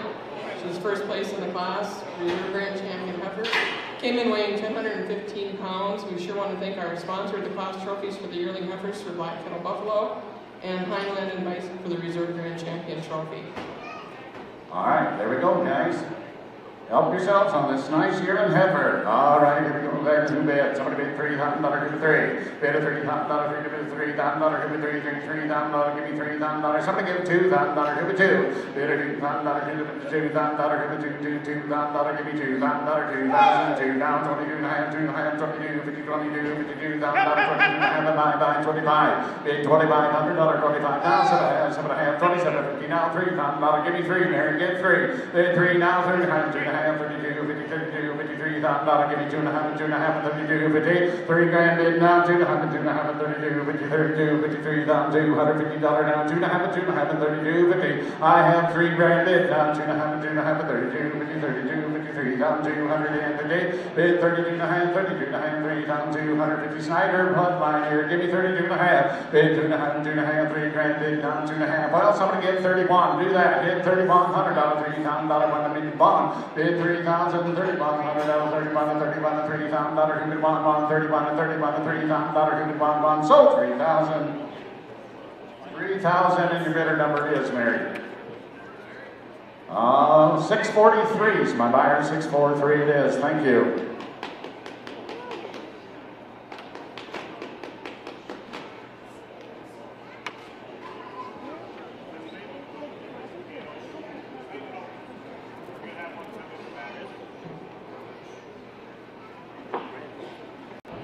This is 228 now. This is 228, a 2-year-old bull from Buffalo Run Ranch. He was also our Reserve Grand Champion, second place in the 2-year-old bull class. That Reserve Grand Champion trophy is sponsored by Adams Metro Meats and Platte River Power Authority. Rawhide Energy Station was our sponsor on the classes.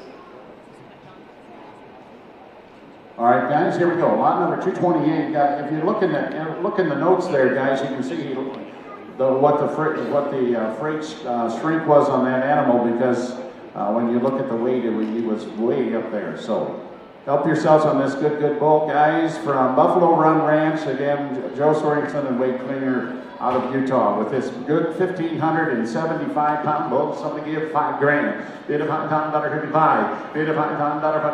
$5. Give me $5. Gate trade. Bid $3. Give me $3. $3,500 now. $4. Give me $4. $4. $35. Give me $4. Bid of $4. $4. $35 here now. $4. Give me $4. Now $4,500. $45. $5. Give me $5. Bid of $5 now. $5,500. $55 now. $6. Give me $6. $55. Bid of $6. $10. Bid $6, $6, $5,500, $600, around 6. Give me 57 and a half. 57 and a half, 7 and a half, 55, 57 and a half, 7 and a half, 57, 50, 57, 50, 55 now, 7 and a half, 7 and a half, 57, 50, 55 and 7 and a half, 7 and a half, 57, 50, 57, 50, 55 now, 7 and a half. Bid $5,780 now, 57 and a half, 57 and a half. 2-year-old bull, guys. Second place in the class, second place in the whole show. Give me 57 and a half. Bid down 7 and a half, 7 and a half, 57, 50, 57, 50, 55 now, 7 and a half, 7 and a half, 57, 50, 55 and 7 and a half, 7 and a half, 57, 50, 57, 50, 55 down, 7 and a half. Boys, you know you're out, right? 57, 50, 55 down, 7 and a half, 7 and a half, 57, 50, 55 down, 7 and a half, 7 and a half, 57 and a half. Sold! $5,500, $5,500. Put it on 649. Thanks, Alex.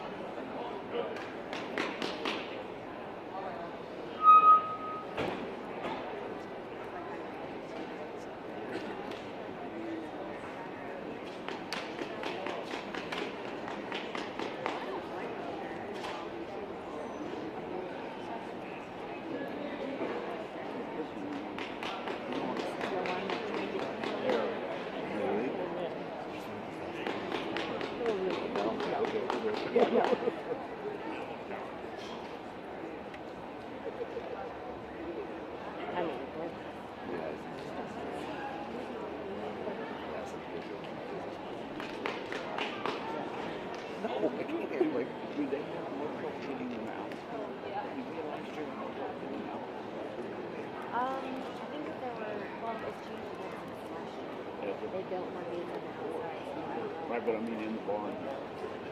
Well, they seem to be right on. They're going to not go around. Well, we have the ones that do it one and so I think that is we'll see how it goes the rest of the time. Yeah. Oh, really? They would work too.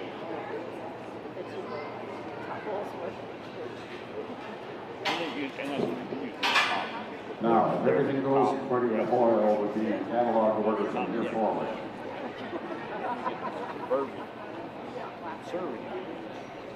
We're going to 2-year-old Brent Heifers is where it'll be from here.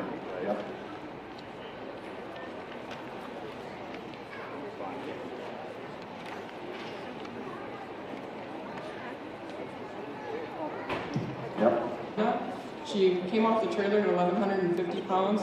If you read through the information that Alan supplied on these animals, they have quite the protocol that they run them through in selecting their replacement heifers and stuff. So she's been through all the testing protocols and everything and came out on top, and they had a really good showing this year. For the first time in many years that Deep Creek Ranch has been here. You bet. Nice heifer here, guys, weighing 1150 now, weighing 1150. Help yourselves on this good 2-year-old bred heifer. You're buying 2 for 1 now. She is safely bred. All right, here we go. Land somebody bid $5,000, $55. Bid $5,000, $55,000, $55, $5,000. Give me $5,000. Get $3,000, $3,000. Now 3. Bid $3,000, $3,000. Give it $3,000, $3,000, $3,000, $3,000. Bid $3,000, $3,000. Give me $2,000, $2. Now 22 to have it, 22 to have it. Buy 25 and 7.5, 27, 50. 33, now 2 to have, 32, 53 grand, now 2 to have, 35, bid 35, 35, 32 to have, 5, 35, $100, 35, 32 to have, 5, bid $3,500, 35, 35, 2 to have, 5, $3,500, 35, bid $3,500, 35, 32 to have, 5, 35, 35, 32 to have, 5, bid $3,500, 35, 32 to have, 5, 35, 35, sold 32, 50, 32, 50, and the bidder number is 642, 642 is my buyer. Thank you. Boyd Buyer, the buyer. Cold Creek Buffalo. Oh.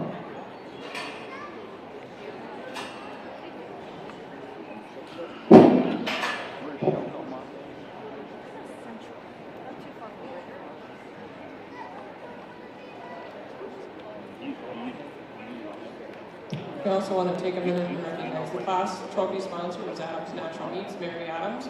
We really appreciate all of our trophy sponsors and our class sponsors. They make this whole thing tick, and we really appreciate all that they do.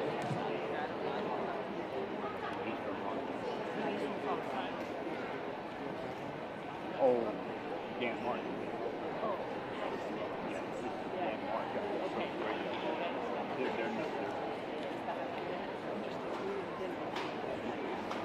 Yeah, Dan. Yeah, but you can always do that.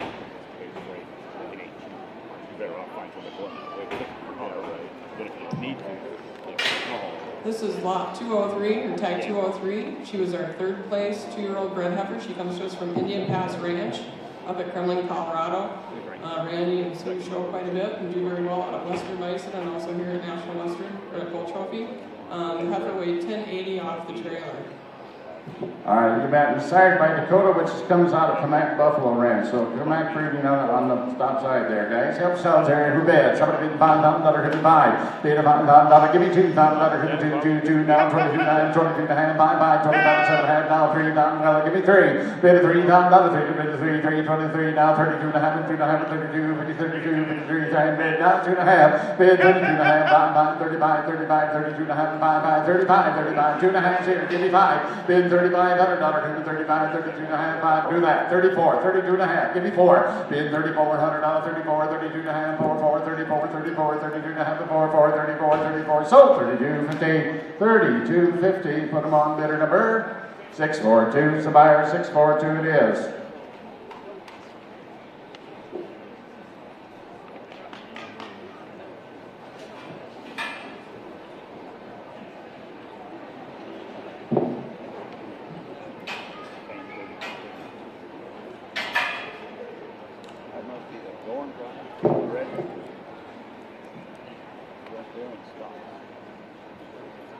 I just want to take a minute too and thank all of our consigners for the animals. In her other should be lot 206 from Hindwind and Bison out of Wood, South Dakota. And she was in our 2-year-old bred heifer class. She came off the trailer at 11:05. I had the privilege of being out at Alex's place here a few weeks ago and got to see these heifers before he brought them to town. And he's really got quite the operation and really has put a lot of time and effort into buying some championship bloodlines and genetics to really grow his program. All right, here we go, guys. Hindland and Bison. All right, and somebody bid $5,000, who bid 5? Bid $5, give me $30,000, who bid $33,000, give me $30,000, take $2,000, now 22 and a half. Bid 22 and a half, 22 and a half, 2,000, 22 and a half, 5, 25, 25, 22 and a half, $500, who bid 5? Bid $2,500, 25, 25, 2 and a half, 5, $2,500, 25, 25, 22 and a half, 5. Bid $2,500, 25, 25, 22 and a half, 5, weight 1,100 pounds is a 2-year-old. Give me 5. 25, 25, 22 and a half, $5, $2,500 Hoover, 25, 25, 22 and a half, 5, bid 7 and a half, 27, 50, bid 27 and a half, 7 and a half, 25, bid down 7 and a half, 7 and a half, 27, 50, 27, 50, 25, down 7, 50, bid 27, 50, 27, 50, 25, down 7 and a half, 7 and a half, 27 and a half, 25, bid down 7 and a half, 7 and a half, 27, 50, 27, 50, 27, 50. I sold it 2,500, 2,500, put it on 602s. My buyer 602.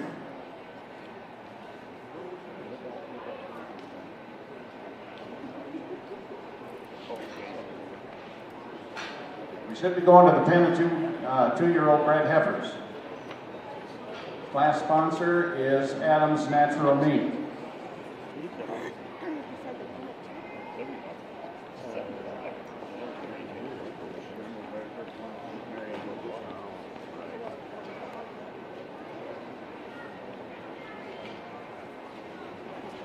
Yep, it'll be ×2. Guys, you got to take them both on this deal. So this is lot 91A and B. Comes to us again from Highland and Bison. They're just sisters to the heifer that was just in the ring. They weighed 1,100 and 1030 off the trailer for an average of 1065, just because I wanted to do that. Again, Alex and Cassie put together a great program. He purchased some award winners of Minnesota this year that might end up in the bull battery. So. Yep, Alex is buying some powerful bulls here in the last couple of years. Guys, we expect mature cows to weigh, so help yourselves here in these good these good heifers, guys, and it's 2 times the money on them. All right, and somebody bid $3,000, $3, bid a $30,000, $3, $33,000, give me $3,000, $3, give me $2,000, $2, bid a $2,000, $22.5, $2.5, $22, $52, $52, $25, $25, $25, $2.5, buy, $750, $27, $50, $27, $50, $25, down 7.5, bid $27, $52, $750 down 7.5, 7.5. Internet, come along, put them right with the other ones. 25, 7.5, bid 7.5, 7.5, 25, bid down 7.5, 7.5, 27, 50, 27, 50, 27, 50, bid 27.5, 27.5, 25, bid down 7.5, 7.5, 27, 50, 27, 50, sold $2,500, $2,500. And your bidder number is 611. My buyer 611. The buyer, thank you.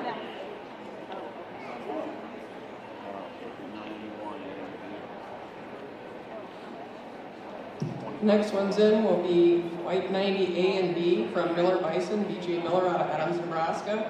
The Miller family's been very involved in bison for many, many years. This was his first time bringing animals to the show, and they did very well. Were named Rookie of the Year this year. So these two heifers weighed 1050 and 1170 when they came in. The average on them was 1,110 pounds. Thank you very, very much for all your trophy sponsorships. We appreciate it very much. Strong supporter of the industry. And just a really nice lady.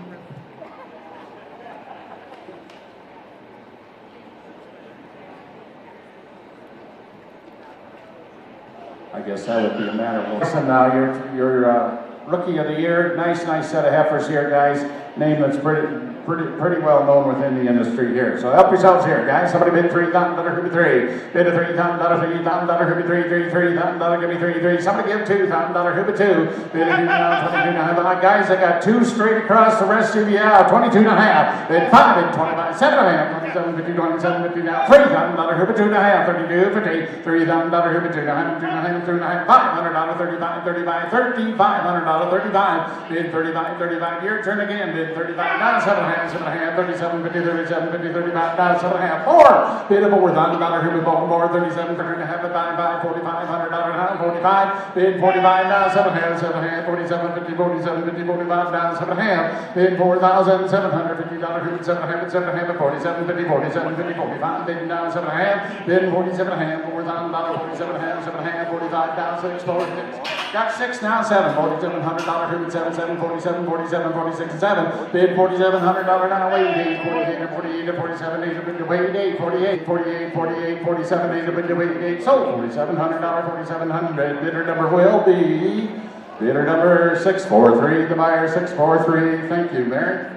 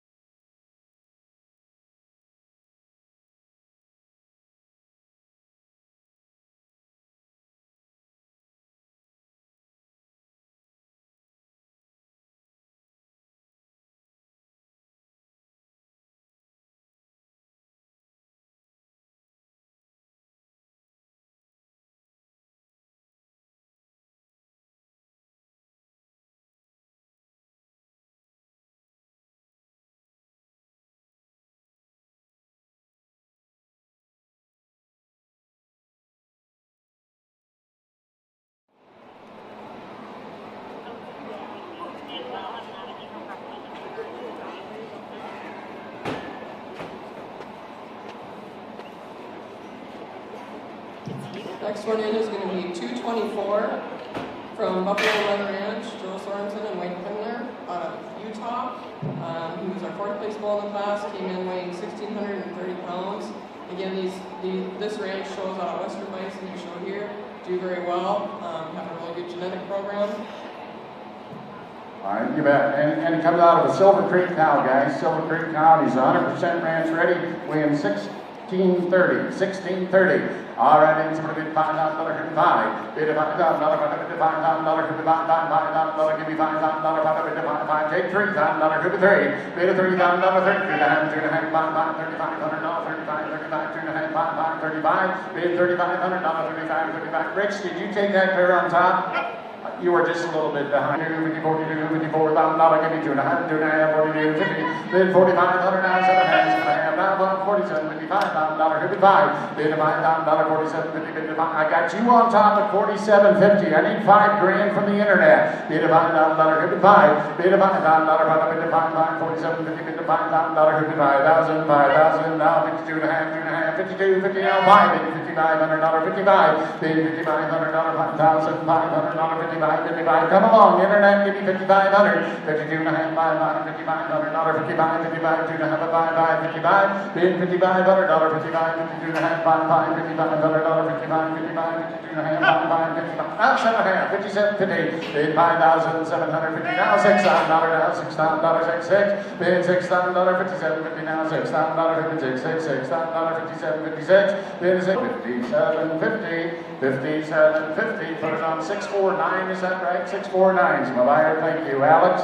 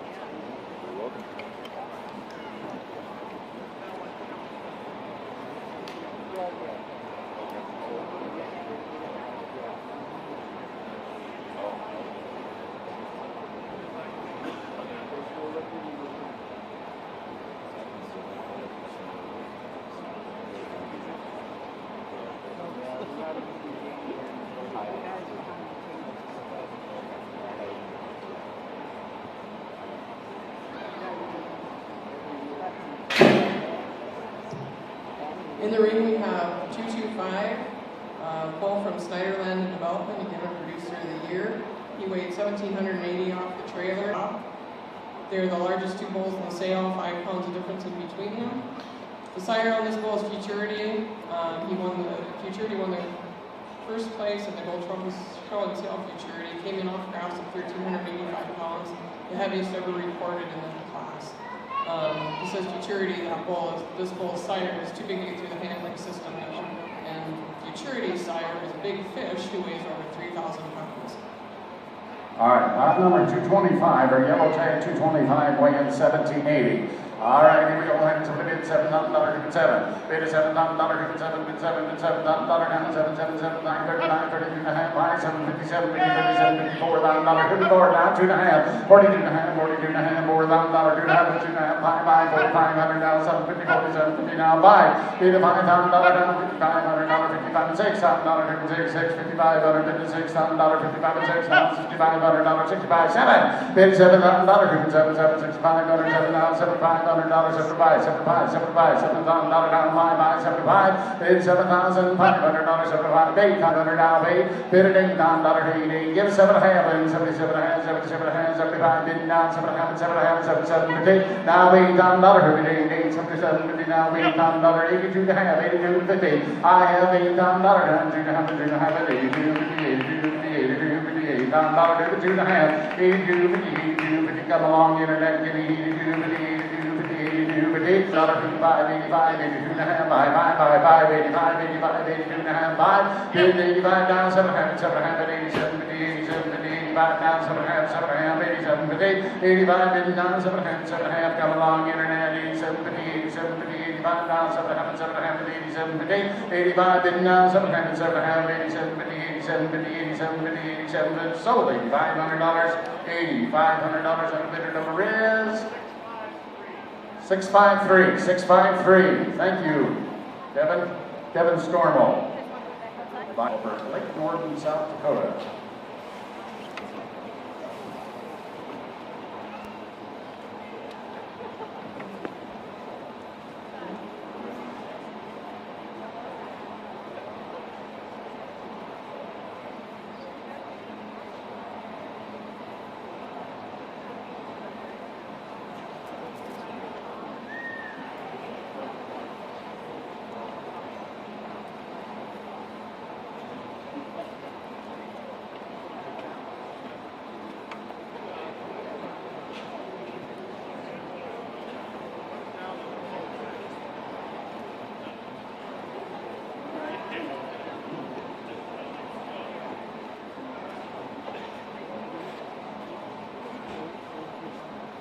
They're just not cooperating very well today.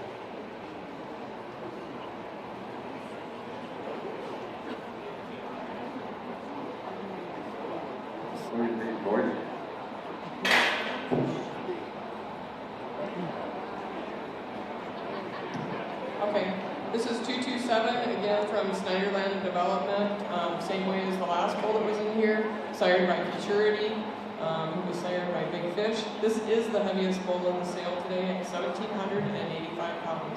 Then $10, $10, bid a $10, $10, $10, $10, $10, give me $5, $55, bid a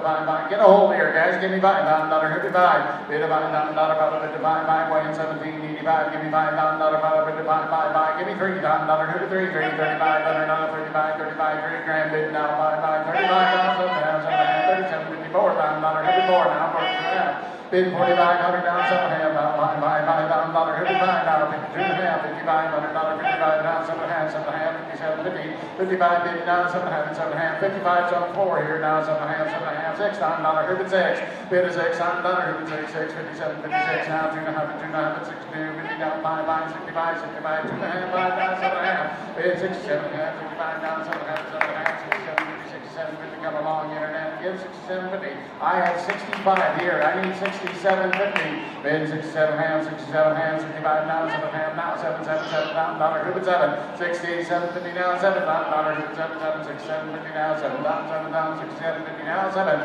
Bid $7, $7, bid 7 down now, 2.5, 2.5, 7, $2.50, $7, $2.5, 75, 72.5, $5 on the internet, 7.50 now, 5. Bid 75, 75, 75, come along, winner of Minnesota. Give me 7,500. Bid 7,500, 7,500, 75, 72 and a half, 5, $7,500. Give me 75, 75, 2 and a half, 5. Bid $7,500, 7,500. Bid 5. Are you done? Give me 7,500, 7,500, 72 and a half, 5, 75, 75. Sold 7,250. 72.50.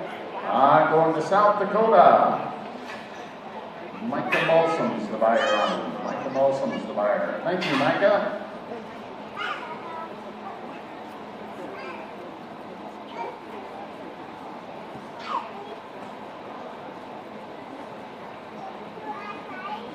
It's a wonderful thing, this technology, Rich. Set at home, eat Cheetos. All the Canadians are thinking about the beers all the time.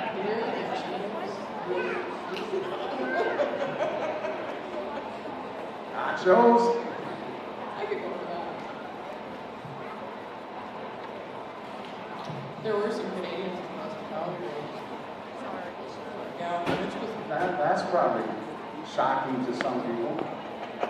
they got the party started. Yeah. Okay. And they hung out to the bitter end.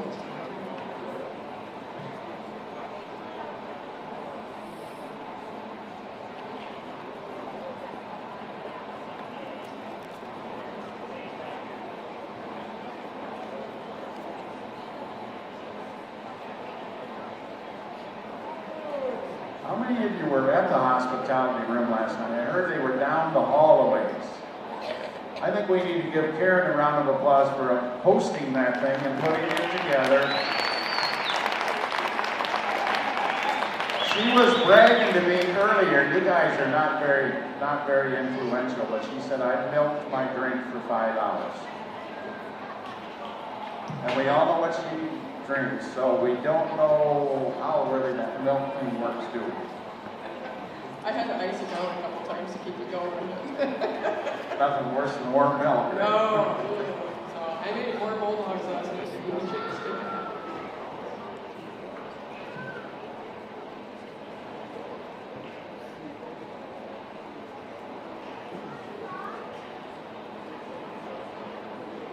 She said 221's coming in. From Shoemaker's. This is 221 from Shoemaker Bison Ranch, Chase Shoemaker, out of New Plymouth, Idaho. He was sired by a Silver Creek bull, and the dam is a home-raised cow sired by a Snyder bull with big fish bloodlines. The bull came in weighing 1,430 pounds after a pretty long trip over the mountains. All right, here you go, guys. Think about the genetics here with the Silver Creek and the Snyder, guys. Help yourselves here. All right, and somebody bid $10, $10. Bid $10, $10, give me $5, $5, $5, give me $5, $5, bid $5, bid $5, take $3, $33, hands in the air, give me $30 now, 3. Bid $30, bid $30, $33, $30,000, $3,000, $3,000, $3,000, bid $30, well, 2,500, give me $2,500, $25 down, 700, 700, 27, 50, 27, 50, 25 down, 700, 700, 27, 50, 25 bid down, 700, 700, 27, 50, 27, 50, 25 down, 700, 700, 27, 50, 25 bid down, 700, 700, 27, 50, 25 down, 700, 700, 27, 50, 25 bid down, 700, 700, 27, 50, 27, 50, 27, 52 down, $750 down, 27, 50, 25 bid down, 700, 700, 27, 50, 27, 50, 25 down, 700, 700, 27, 50, bid 27, 50, 2,500, bid down, 700, sold, $2,500, 2,500, bidder number is 611, the buyer 611 it is.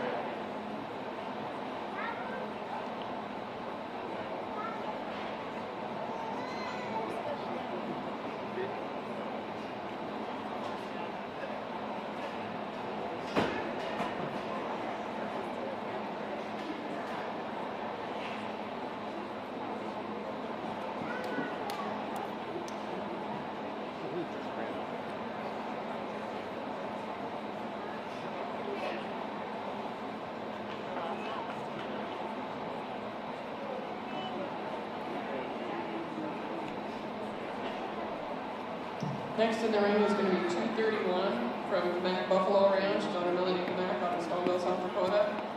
They have worked really hard over the years to build a great program, bring some wonderful bulls to town. This bull came in weighing 1,645 pounds.